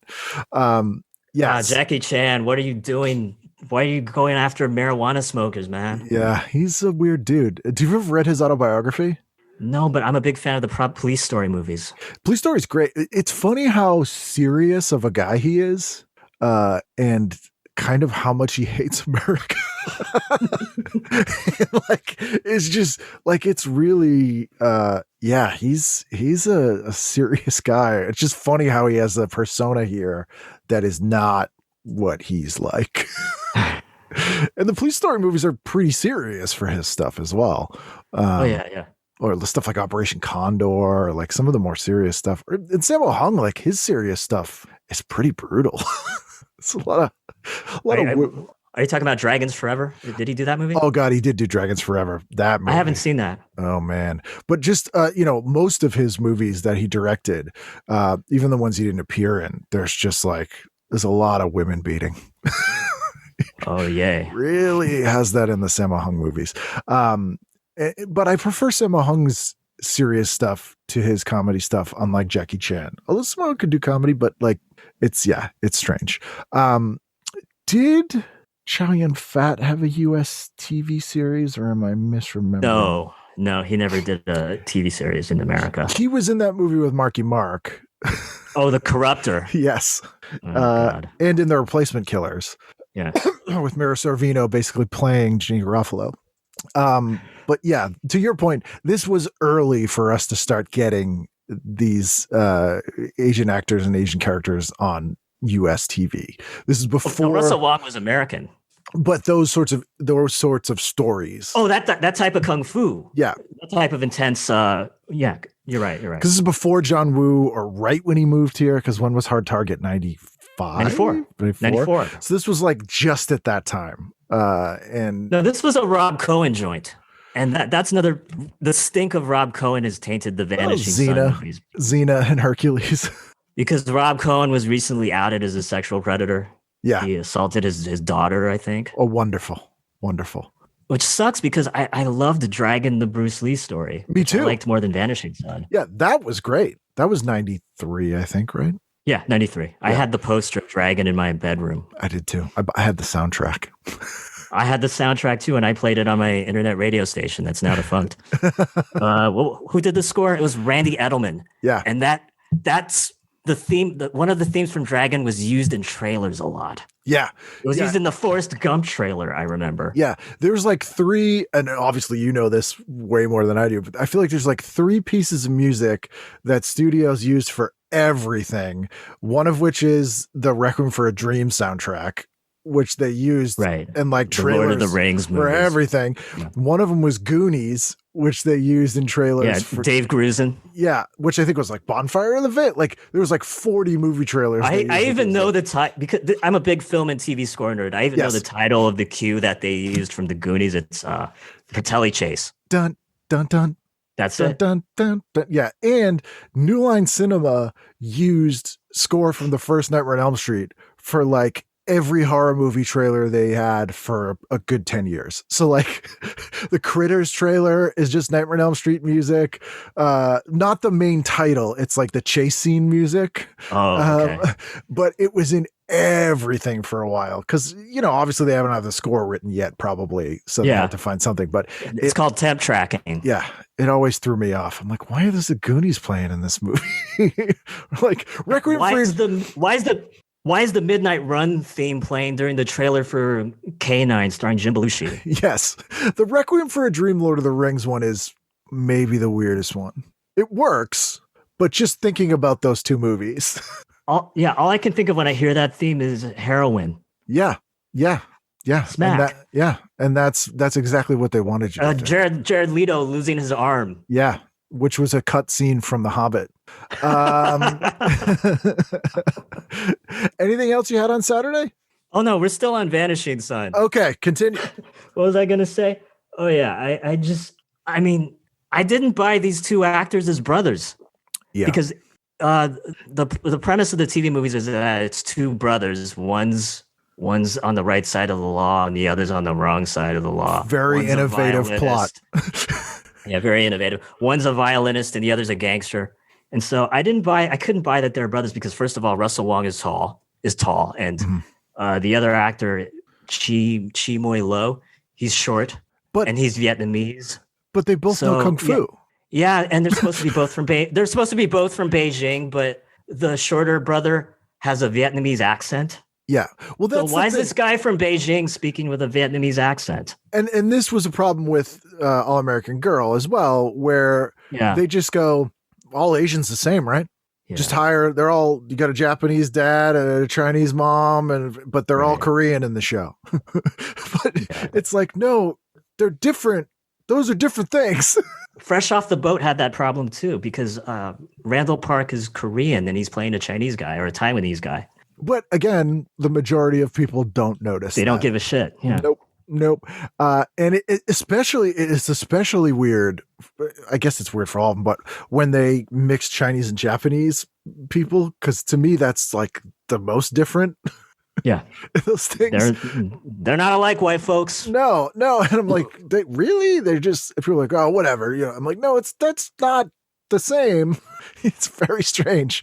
It's even weird when you have like a not so much anymore, but like a mainland China person playing like someone from Hong Kong or vice versa. It's even sometimes odd because they're completely different. Mainland folks are different from Hong Kong folks. Hong Kong folks have like a slight British accent. Like Michelle Yeoh has a slight British accent. Yeah, which is totally different. Yeah.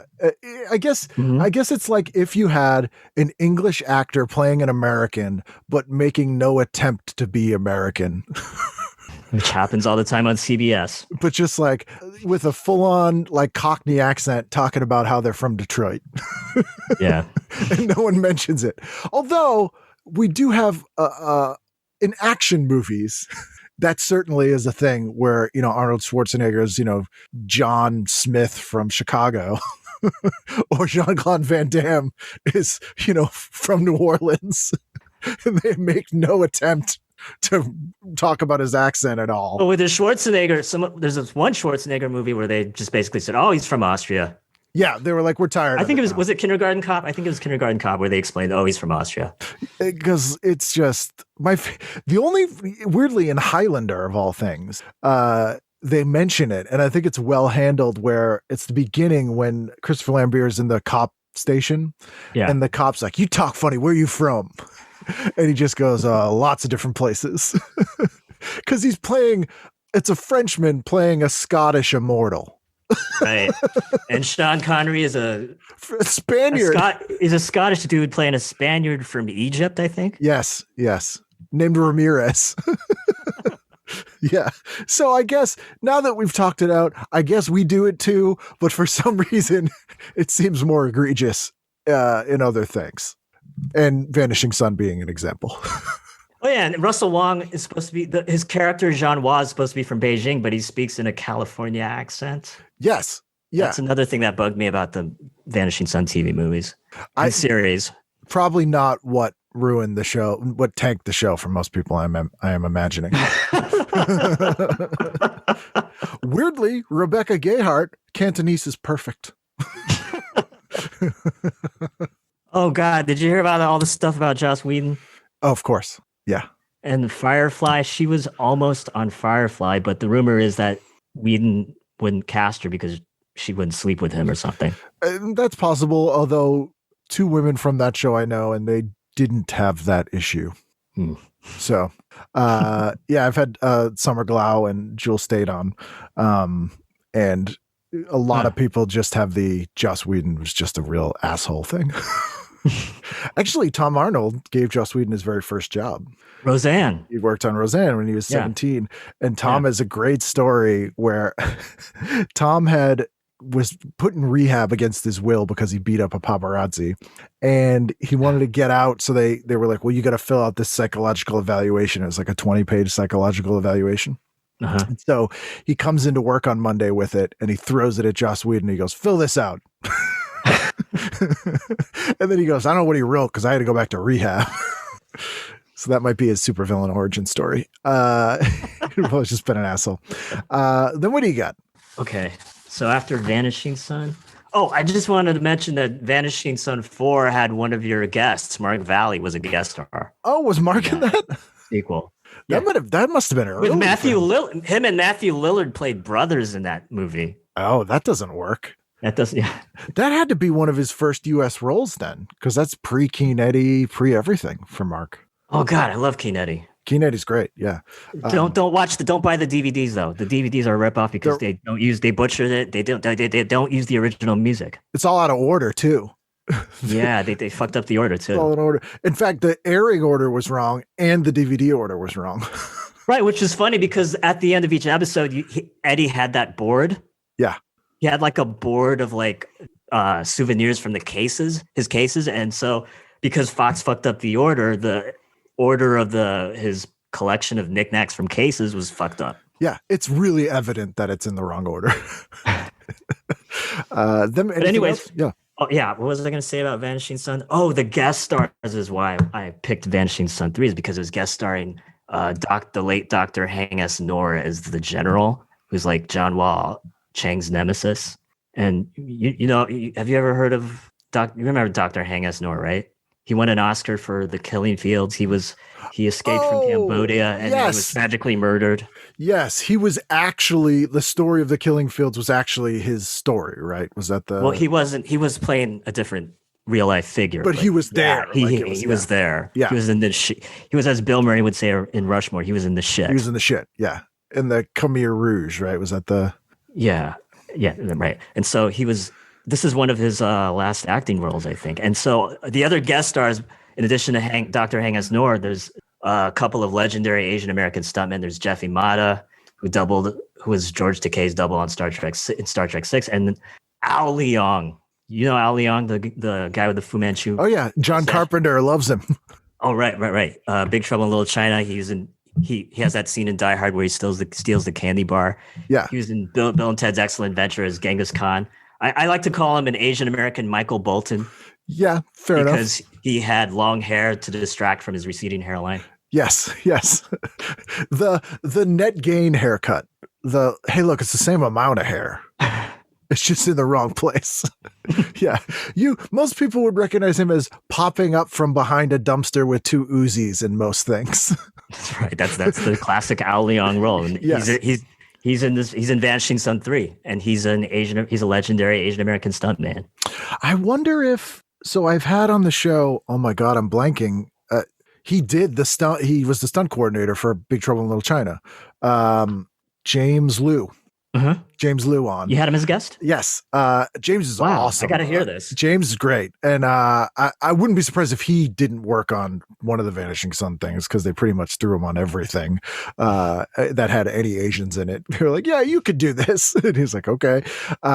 He won an Emmy for choreography on Luke Cage.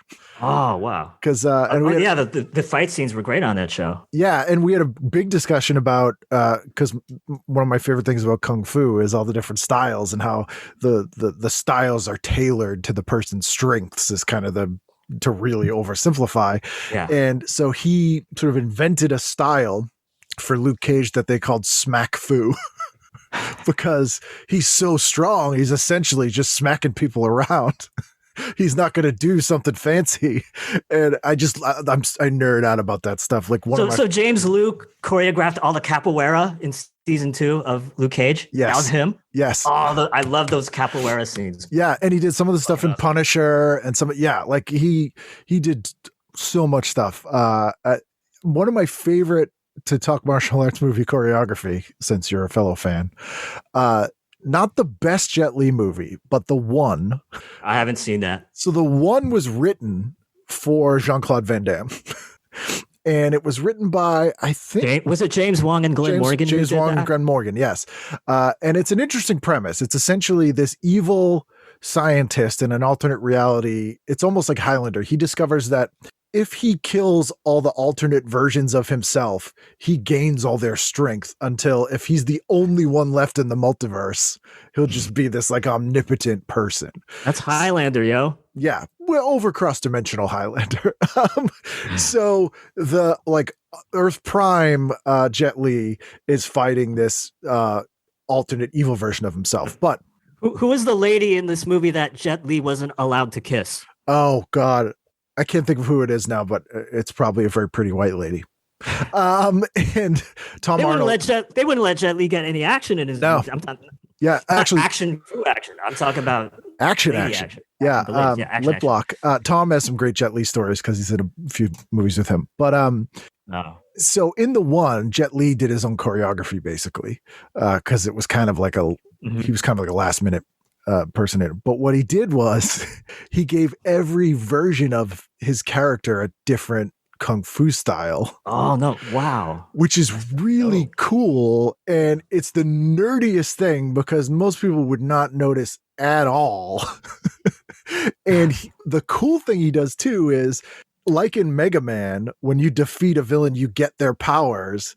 As this guy defeats different versions of himself, he incorporates their styles into his fighting style. So at the end, it's like this. It's really cool in the nerdiest way. Did you see Donnie? That sounds like Kung Fu Killer with Donnie Yen. Yeah. Where Donnie Yen's nemesis is this serial killer who is killing off all these martial arts experts just to take their skills. Yeah. So he can acquire their skills. Yeah. Did you see that? I have not seen that, but I love Donnie Yen. Donnie Yen's mother still teaches wushu here in Boston. Master Bo Sim Mak. Like you can go and Donnie grew up here, which is hilarious to me. I didn't know that. He fascinates me because he literally grew up in Chinatown in Boston. He's a Boston guy. And pre-Star Wars, where now most people know who he is, was arguably one of the biggest movie stars in the world. Like top 5. You've seen Flashpoint? Yes. And the Ip Man movies? Yes. Flashpoint Sammo Hung is in, right? He's the villain. He's great in that. But Donnie's he's not. I don't think he was in that. What's the one I'm thinking of? You're thinking of a different Donnie Yen flick. It's one that had I haven't watched that because it's barely released, and it had a sequel that's more widely seen. Yes, I can't remember, but yeah, I don't think Sammo was in Flashpoint. Regardless, Donnie Yen is a massive box office movie star worldwide and has been for a long time. Yeah. But you would literally see him on the subway here. Like if he was visiting his mom or something. Like in other countries, he would have like a Tom Cruise level of security. Like it would be that kind of, but literally he's like just taking the train to go visit his mom and no one knows who he is, which fascinated me. But yeah, he's amazing. And does a lot of comedies too, which is funny. Cause he's actually pretty funny. did you see the Iceman movies? No, I haven't seen that. He basically plays this frozen Qing Dynasty warrior who is like unfrozen in modern day Hong Kong. It sounds like Iceman starring Timothy Hutton and John Lone. It's exactly the same as Iceman. It is the same. Timothy Hutton. It's actually an adaptation of Iceman from Spider-Man and His Amazing Friends, that specific incarnation. And Donnie Yen is voiced by Frank Welker. That's how it works. Man. Anything else? Is there that dog? Yes. The dog in there? There's dog from Spider-Man? Yep. The dog from Spider-Man and His Amazing Friends? It's a remake of Kung Fu with the dog from Spider-Man and His Amazing Friends as David Carradine. That's what Vanishing Son was basically. It was basically a remake of Kung Fu, except he was actually Asian. Yeah. You mean the show that Bruce Lee pitched originally? They were like, we're going to buy this show, but not with you. Forget it. We're gonna do martial arts, but without all the pesky Asian stuff. All those Asians and all that fighting. It's going to be hippie martial arts. That's what we want. I just wanted to say one other thing that bugged me about Vanishing Son. Even though the action was great, Russell Wong's martial arts double barely looked like Russell Wong. In fact, in some scenes, I could tell that he was white. Why would you? There's so many great Asian martial artists at that time who could have doubled him. Probably in LA. Right. Yeah. Although were these shot in LA or Canada? I think the the series version was shot in Canada, but yeah, go ahead. Oh, they might have shot it. They might have shot it in Canada, or they might have even shot it in New Zealand. They shot a lot of those in New Zealand, not just Hercules and Xena. Right. Because there was all those tax things. So although, you know what? There's probably really good martial artists in New Zealand. Oh, yeah. It's pretty close to Asian countries, more so than Canada. Anything else on Saturday? Oh, yeah, there's a lot. At 10. Oh, God, I'm torn. Okay, but there's In Living Color reruns on FX at 10. Okay.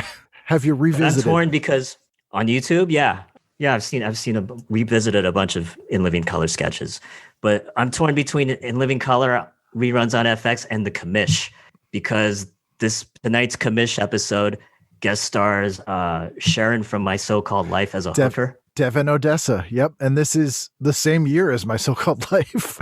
Right. So she would. We'll get to that show later. Yeah. While that was airing, she's playing a hooker on the Commish, which is kind of amazing. Teenage me would have definitely wanted to check that out, but I'm torn between that and Living Color. Oh, that's an odd. Help me decide. I mean, I'd go with the Commish. Counselor. I go with the Commish. It's the Commish is a great show. Chickless is great, even though he somehow looks older on that show than he does in any other show after that show. And Devon Odessa, like you got to go Commish. No question. Although Sisters is on, which I also really remember the liked. promo for that. Yeah, Sisters was great. John Wesley, yeah, George Clooney's. Oh yeah, Ship Clooney. Yep, Clooney is Falconer in this one. George Celia Clooney. Ward is in it. But John Wesley Shipp is a guest star in this episode of Sisters, The Flash, Yeah. who I've also had on the show. I didn't know you had him on the show. I got to hear that episode. Yeah, I've had John Wesley Shipp on, and I've had Michael Chiklis on as well, actually. And we talked about God, the Commish. I got to hear all those stories about the Shield. Oh, he's got some good ones. It's funny because he's from Lowell, Mass. Yeah, and he's a Massachusetts guy. Massachusetts guy, and I grew up in Melrose, Mass. And he used to date a girl from Melrose, Mass. And I've had a really lengthy conversation with Michael Chiklis about very specific streets, and, which is such an odd thing to discuss. But yeah, no. So I'd go Commish. But then Weird Science is on too at the same time. I'll watch that later. Not now, because it's competing with an In Living Color rerun. Did you like it when you revisited it? Oh God, I saw this sketch that was actually deleted from reruns. It only aired once. It was a date rape sketch. It's a sketch with Keenan Ivory Wayans as Billy D. Williams selling Colt 45. It's on YouTube, but they never showed it in reruns because it received a negative reception for laughing at date rape. That was the problem with In Living Color and at its worst, in that it was a lot of laugh at. a lot of punching down. Yeah, like Handyman. Oh, that God. Sketch, you could do that sketch in a way where like he's the hero and it's how everyone else underestimates him or the people react around him or whatever. You know, you could do it would be difficult, but you could make that sketch work. They don't. You're literally laughing at a disabled person. That's true. That's it. That's the joke. And there's a lot of sketches on that show like that where it's just lazy. True. It's like mean-spiritedness that may not be totally intentional, but comes out of just being lazy. But at the same time, I recognize how important that show was from a representation standpoint for white people. Because we had Jim Carrey and we had Nicole, what's her name? And we prior to that, we didn't really have white representation in sketch comedy shows. And still, In Living Color was somehow funnier than 1994 SNL. Yeah, well, that was a mess. Oh yeah, was a mess. What a hot mess that season was. Nobody wanted to be there. I also love just the sheer nepotism of In Living Color. It's like, oh, SW1. Oh no, now he's on the show as a comedian. That's Sean. Yeah, Sean's in this. We're gonna fire Kim Coles and hire our sister. Because she's the best for the role, not because it's our sister. Why did they fire Kim Coles? I've always wondered about that. Because they wanted to hire. I do. I've talked to Kim, who's great, and it ended up working out better for her because she did Living Single after, which was amazing. But they literally wanted to hire their sister, and Fox was like, "Well, you got too many chicks, so you got to get rid of one if you're going to hire another one." And they were like, but they were on at the same time, Kim Wayans and Kim Coles. Yeah. No, were they? Yeah, originally the first season. Yeah, they were on at the same time. Well, then maybe it was like you can only keep one. There was some ultimatum where it was they were like, "Bye, Kim Coles," who, Kim Wayans, good for you. Kim Coles is a much more talented comedian. Really? Kim Wayne's. I mean, what have you seen Kim Wayne's in other than in Living Color? Oh, yeah. If someone who's not her brother is casting a thing, does she get hired? Kim Coles was great on Frasier. Kim Coles is great at everything. I mean, she's great in everything. In Living great. Single. Yeah, she's great. Yeah. Like, she's a great person to cast in a comedy. Kim Wayne's fine on A Living Color, not really in anything else because her brother hired her. I saw her on Oprah. That's it. When they had the In Living Color reunion. Oh, okay. Well, there you go. She earned that part. Did they make her read for that role? But she apologized to Oprah for making fun of her. They did make fun of Oprah quite a bit, but everybody did then. There was always a woman who was the butt of fat jokes in like lazy fat jokes and sketch comedy. And it was Delta Burke, Oprah, Roseanne. Paula Abdul was fat shamed on In Living Color also. Sally Struthers prior to that. That was like the 80s one.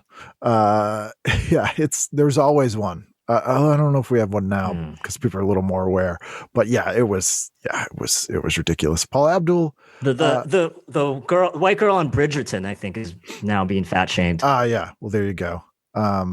Anyway, you were gonna say? Oh, I think I was going to mention J-Lo, but I don't need to. So we really will have to do sequels here because we're 2 hours in and we haven't even got to the end of Saturday. Oh my God. I'm sorry. I'm so sorry. No, it's fine. I will happily. That's what happens. That's what happens when you have two TV nerds chopping it up. It's going to become a six-parter. But sincerely, we should do multiple parts because this has been very interesting stuff. But should we close out Saturday and then cliffhanger for future episodes? There's one more show on Saturday. All right, what do you got? And it's not SNL. it's Sound of FX on FX. And one of the co-hosts is Orlando Jones. Oh, what is the show? Sound of FX? It's called Sound FX. It's a music video concert news show. And so Orlando Jones and Karen Bryant, who I had a crush on back then. Karen Bryant's now an MMA journalist.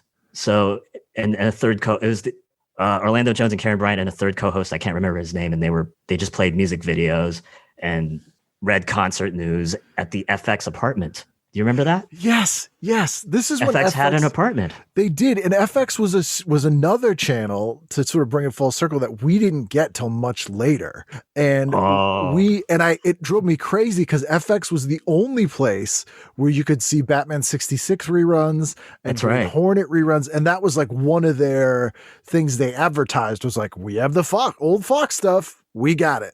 And so they showed a lot of stuff that used to be on TV all the time that they held back for years and then was only on FX. So I was like, I need to get this. I remember watching Greatest American Hero on FX. Yeah. And all the old shows. 60s Mission Impossible. Mm-hmm. They had a great back catalog. And when it first started, it kind of was an MTV model, just like Comedy Central was, where they had sort of hosts for blocks of programming, and they had developed this FX apartment, which I think they mostly built around their morning show, which was like a 3-hour we'll get to that. We'll get to that show. That's one of my picks. But they built the set basically so they'd use it for other stuff. like sound effects. Yeah, which I've never seen. And this is that weird phenomenon where every cable station, because MTV was such a hit and was sort of the first basic cable hit station, every single cable station was like, we have to have an MTV show on our channel. So they all had a music video block. Every USA Network had Radio 1990. Nickelodeon had Nick Rocks. I think Radio 1990 was a news show instead of a music video show. Though it was all news. I think they showed new videos every now and then, but it was sort of like MTV News. But there was a music video show on USA Network. TBS had Night Flight. Night Flight, yeah. But which was a whole beast unto itself, which changed my life. And then TBS had something too that was like Night Tracks. Night Tracks, that's what it was. Yeah. So everyone, like if you're a basic cable channel, I even think Lifetime had one, which is crazy. What videos did they show? It was basically Carly Simon. Lots of Carly Simon. It was basically like if you remember how VH1 was in the 80s, where they pitched it as basically like middle-aged yuppie MTV when Rosie O'Donnell was a VJ. She was hosting stand-up. Yep. Michael Bolton show. videos and Carly Simon. Who's the one who did Baby, Amy Grant. Like a lot of Amy Grant. Crystal Bernard and Peter Cetera had a duet once. Yes. Remember that? She's got a few albums out, Crystal Bernard. All Christian albums. God. Yeah, that's what they would play on Lifetime. Like it was that kind of stuff. What was the name and title of their music video block? I can't remember now. I'll have to look it up. Someone will know, but I'll have to look it up. There's. I wonder if there's clips of it online because if you go on YouTube and look up the old VH1, it's kind of amazing. I watched that shit. I did too because I was just like, oh, I've seen this MTV thing 100 times, and you throw on VH1. But to have music videos before the days and nights of Molly Dodd, that's weird. Yeah, or reruns of Spencer for Hire. Which Lifetime did. Lifetime show, yeah. And 30 something. And Homicide. Yep. And that which we'll get to later. That Dr. Ruth talk show that they had for a little bit. And a Regis Richard Belzer. Was it Richard Belzer a talk show host on Lifetime? Yes. That's when he sued Hulk Hogan, who he played Detective Munch on that talk show. Yeah. So, he always does. Munch sued Hulk Hogan for injuring him. Yes, because he did fuck him up. Have you seen that clip? In the 80s. It's amazing. It's amazing. Yeah, that's how he got that house in France, I think. Yeah, he got a ton of money. So basically, it's Belzer's like wrestling's fake, and Hogan puts him in a sleeper hold and chokes him out and just drops him, and his face smashes on the floor, and he's bleeding everywhere, and he got a major neck injury and had to get stitches. I don't remember the gore, but I remember the lawsuit. It was not covered on Entertainment Tonight and shit. Yeah, it was pretty gruesome. But I hate to cut you off, but because this is good, but I think we should do a sequel. We're only on Saturday, man. We're only on Saturday. We're an hour too. Would you be up for that? I would. Yeah, definitely. We're in a pandemic. I'm unemployed. I don't got shit to do. So we will read. Oh, I have to take care of my mom, though. I have to help take care of my mom. Yeah, but not all the time. Right. She gave me the day off for this, actually. Oh, nice. Well, thank you, Mom, for me. Because no problem. We've gone down some lovely rabbit holes here, and I could talk about any of these things at length. And we didn't even talk about my new book. Well, yes, we'll plug the book, and I'll also plug it in the intro and outro. Okay. But tell people about the book. Oh, it's called If You Haven't Seen It, It's New to You. The movies and TV shows some of us regretted not catching until later. Which is perfect for this show and is like it's perfect for COVID also. Yes, perfect for COVID, right up the alley of everybody who's listening to this right now. You've mentioned some of them because you've revisited some of them from the book, but what's the number one that surprised you or that you would be like, everyone watch this? Oh God. I don't have the book in front of me right now. What one was like just pops to mind that you're like, oh man, I'm so glad I revisited that. Okay, I'm gonna get the paperback. I did a chapter on the Bob Newhart show. Yeah, and for people wondering, this is a big ass book. Oh yeah, I didn't realize that until I did the paperback version. The ebook is tiny. Okay, but then I realized, oh shit, it's hefty when I was doing the paperback edition. Let's see. Oh, Invader Zim surprised me. Yes. I'd never watched that before. I didn't either. And I remember it being a big cult hit, but like of people kind of a generation younger than us. And so we're both Gen Xers. I'm a couple of years older than you. But that show just kind of passed us by, and I've always wanted to check it out, but I was like, this might be terrible. I don't know, but it's good. It's surprisingly dark for a Nickelodeon cartoon. I was like surprised at how much body horror was on this show. Excellent. So Invader Zim, it will be the pick for now. That's the recommendation. I think it's on Hulu. Well, I watched it on Hulu last year. I don't know if it's still on Hulu now. There's ways to find most things now, I think. Officially or otherwise. Right. Did you do Duckman? No, but that's one of my programming picks. Yeah. for Sunday. But you're a horror fan. I did a chapter on Near Dark in the book. I love Near Dark. Had you not seen it? I didn't see it until 2015. Was it 2015, 2016, 2015? What'd you think? Because I would imagine even just you would have got in through the Tangerine Dream soundtrack.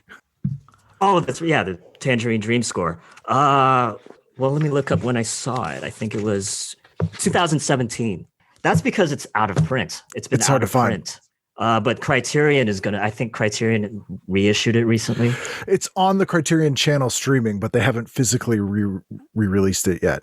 Anchor Bay had it. They did a great 2-disc DVD. That's what I watched. Yeah. That's what I watched for the purposes of the book. It's great and it goes for a lot of money now. And then there's a Blu-ray, which is garbage. It's really bad.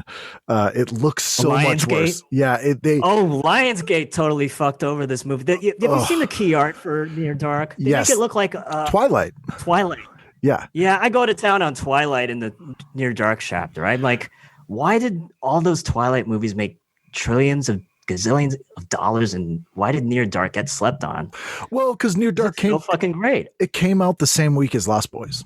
I've never seen the Lost Boys, and Lost Boys is bad because I went to Santa Cruz, UC Santa Cruz, and the Lost Boys was filmed in Santa Cruz, so I've never seen it. So I'm a bad Santa Cruzan. And you were also a vampire hunter for at least 3 years, which might be why you missed that. But Lost Boys, which is a good movie, it is beloved, but is much more. It's much more teen comedy and sort of action packed and aimed at teenagers, kind of in a fun way, right? Because it's got the two Coreys, and also just Kiefer Sutherland, like it is that. Whereas Near Dark is sort of like a grungy existential road movie. It's a Western. Yeah, it truly is. Catherine Bigelow doing a Western too. With 90% of the cast of Aliens. Oh yeah, that's right. And written by Eric Red, who did The Hitcher earlier, it's very much an Eric Red movie just as much as it is a Catherine Bigelow movie, because it sort of features all of Eric Red's obsessions, like in The Hitcher and Cohen and Tate and a lot of the stuff that he would explore in those movies. But it's so good. It's so good. Yeah, I was like, where was this movie all my life? Because what I like about this vampire flick is that it points out that male vamps are sexual predators, and there's nothing attractive or sexy about that. And that's what Near Dark gets across. And they make it's a movie that never mentions the word vampire, which is great. Right. But it makes all of the murder scenes gross. There's nothing seductive or sexual like about them. They're just gross. Like they basically are just like animals. Yeah. in a way that's just, and it lures you in really well too, because the Adrian Pasdar character is lured in by, the beautiful one. And it sort of Trojan horses you into the movie, and then you're like, oh, these people are disgusting. Like you feel like the vampires in that movie smell really bad. That's a good point. I didn't think of that. They look like you're just like, oh, like they're just. I compared them to drug addicts in the chapter. For sure. Yeah. Yeah. Absolutely. Lance Hendrickson has a horrific story because he's very method, and so he glued on press-on nails and broke them with hammers and stuff so his nails would be long and all cracked, and he hitchhiked down to the set to film that in character. Wow. Which is just bizarre. Also, Lance Hendrickson, very tiny man. Yeah, I know. I've heard about that. Yeah, that still shocks me. He's not the tallest dude. He's not the tallest dude. No, but because Bill Paxton, big guy. Adrian Pasdar, big guy. They make Lance Henderson look bigger than both of those men in that movie. Oh, that's right. There's some movie magic for you right there. Did you ever interview Joshua John Miller? No, I'd love to though. Mm. He's a fascinating guy. His father being Jason his brother, Miller. That's right. Yeah. His father, Jason Miller, from The Exorcist. Yeah. Which is weird. I haven't. He's probably, I think it was the same year as Near Dark when he's on River's Edge as well. I've never seen River's Edge. It's pretty intense. And he's in Teen Witch. Did Teen Witch have a sequel? No, but it had a musical. They did a stage musical version. Oh, okay. But I've seen the clip of the rap. They tried to do a hip hop number? Top that. Yep. That is infamously one of the worst scenes in a movie. It is real bad. My Best Friend's a Vampire. No musical numbers, if you're worried. But checking that one out. Cool. Well, we'll do this again because I absolutely love talking to you, and it's been a long time coming. And we didn't even get to Just the 10 of Us, which is a show you love. I love Just the 10 of Us, and we will get to it because it was airing on USA Network, I think, during the daytimes at this time. It was my next pick. It was airing at Sunday at 5:30 a.m. I'm not. I was going to wake up that early for you, Ken, to watch this underrated sitcom. Have you watched it? Do you remember watching it? Yeah, I do. It's still great. I really love it. I like it more than Growing Pains, actually. Same. It's about, well, what happened was all the good writers left because Kirk Cameron was an asshole and went over to that. Oh, that's right. He got his love interest kicked off of this show because she did Playboy. Yeah, he's a classic case of a cokehead who finds Jesus and really overcompensates. A born again. Yep, indeed. And his love interest, Julie McCullough, I've also had on the show. Oh, now I got to hear that episode to hear the tea that she spills. Yeah, there's a long list. Her family are carnies.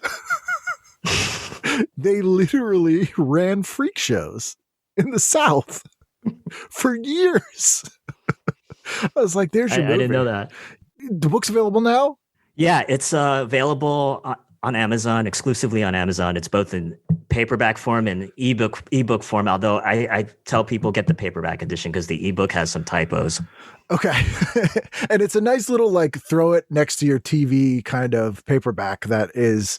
throw it next to your phone because nobody watches TV anymore. Yeah, they watch it all on their phones. Whatever your streaming device is, because it's kind of like you can almost just flip randomly and point to something and go, I've never heard of that. I'm going to pull it up and watch it.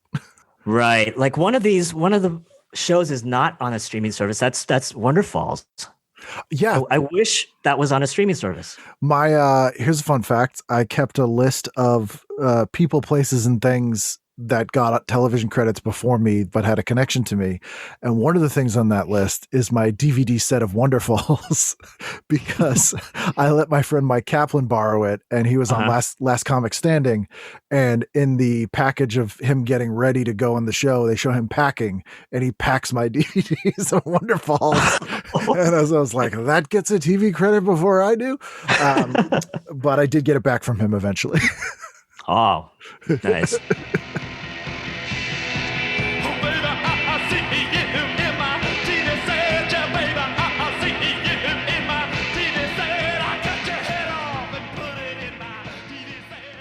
There you go. That's Jim. Part 1, part 2 coming.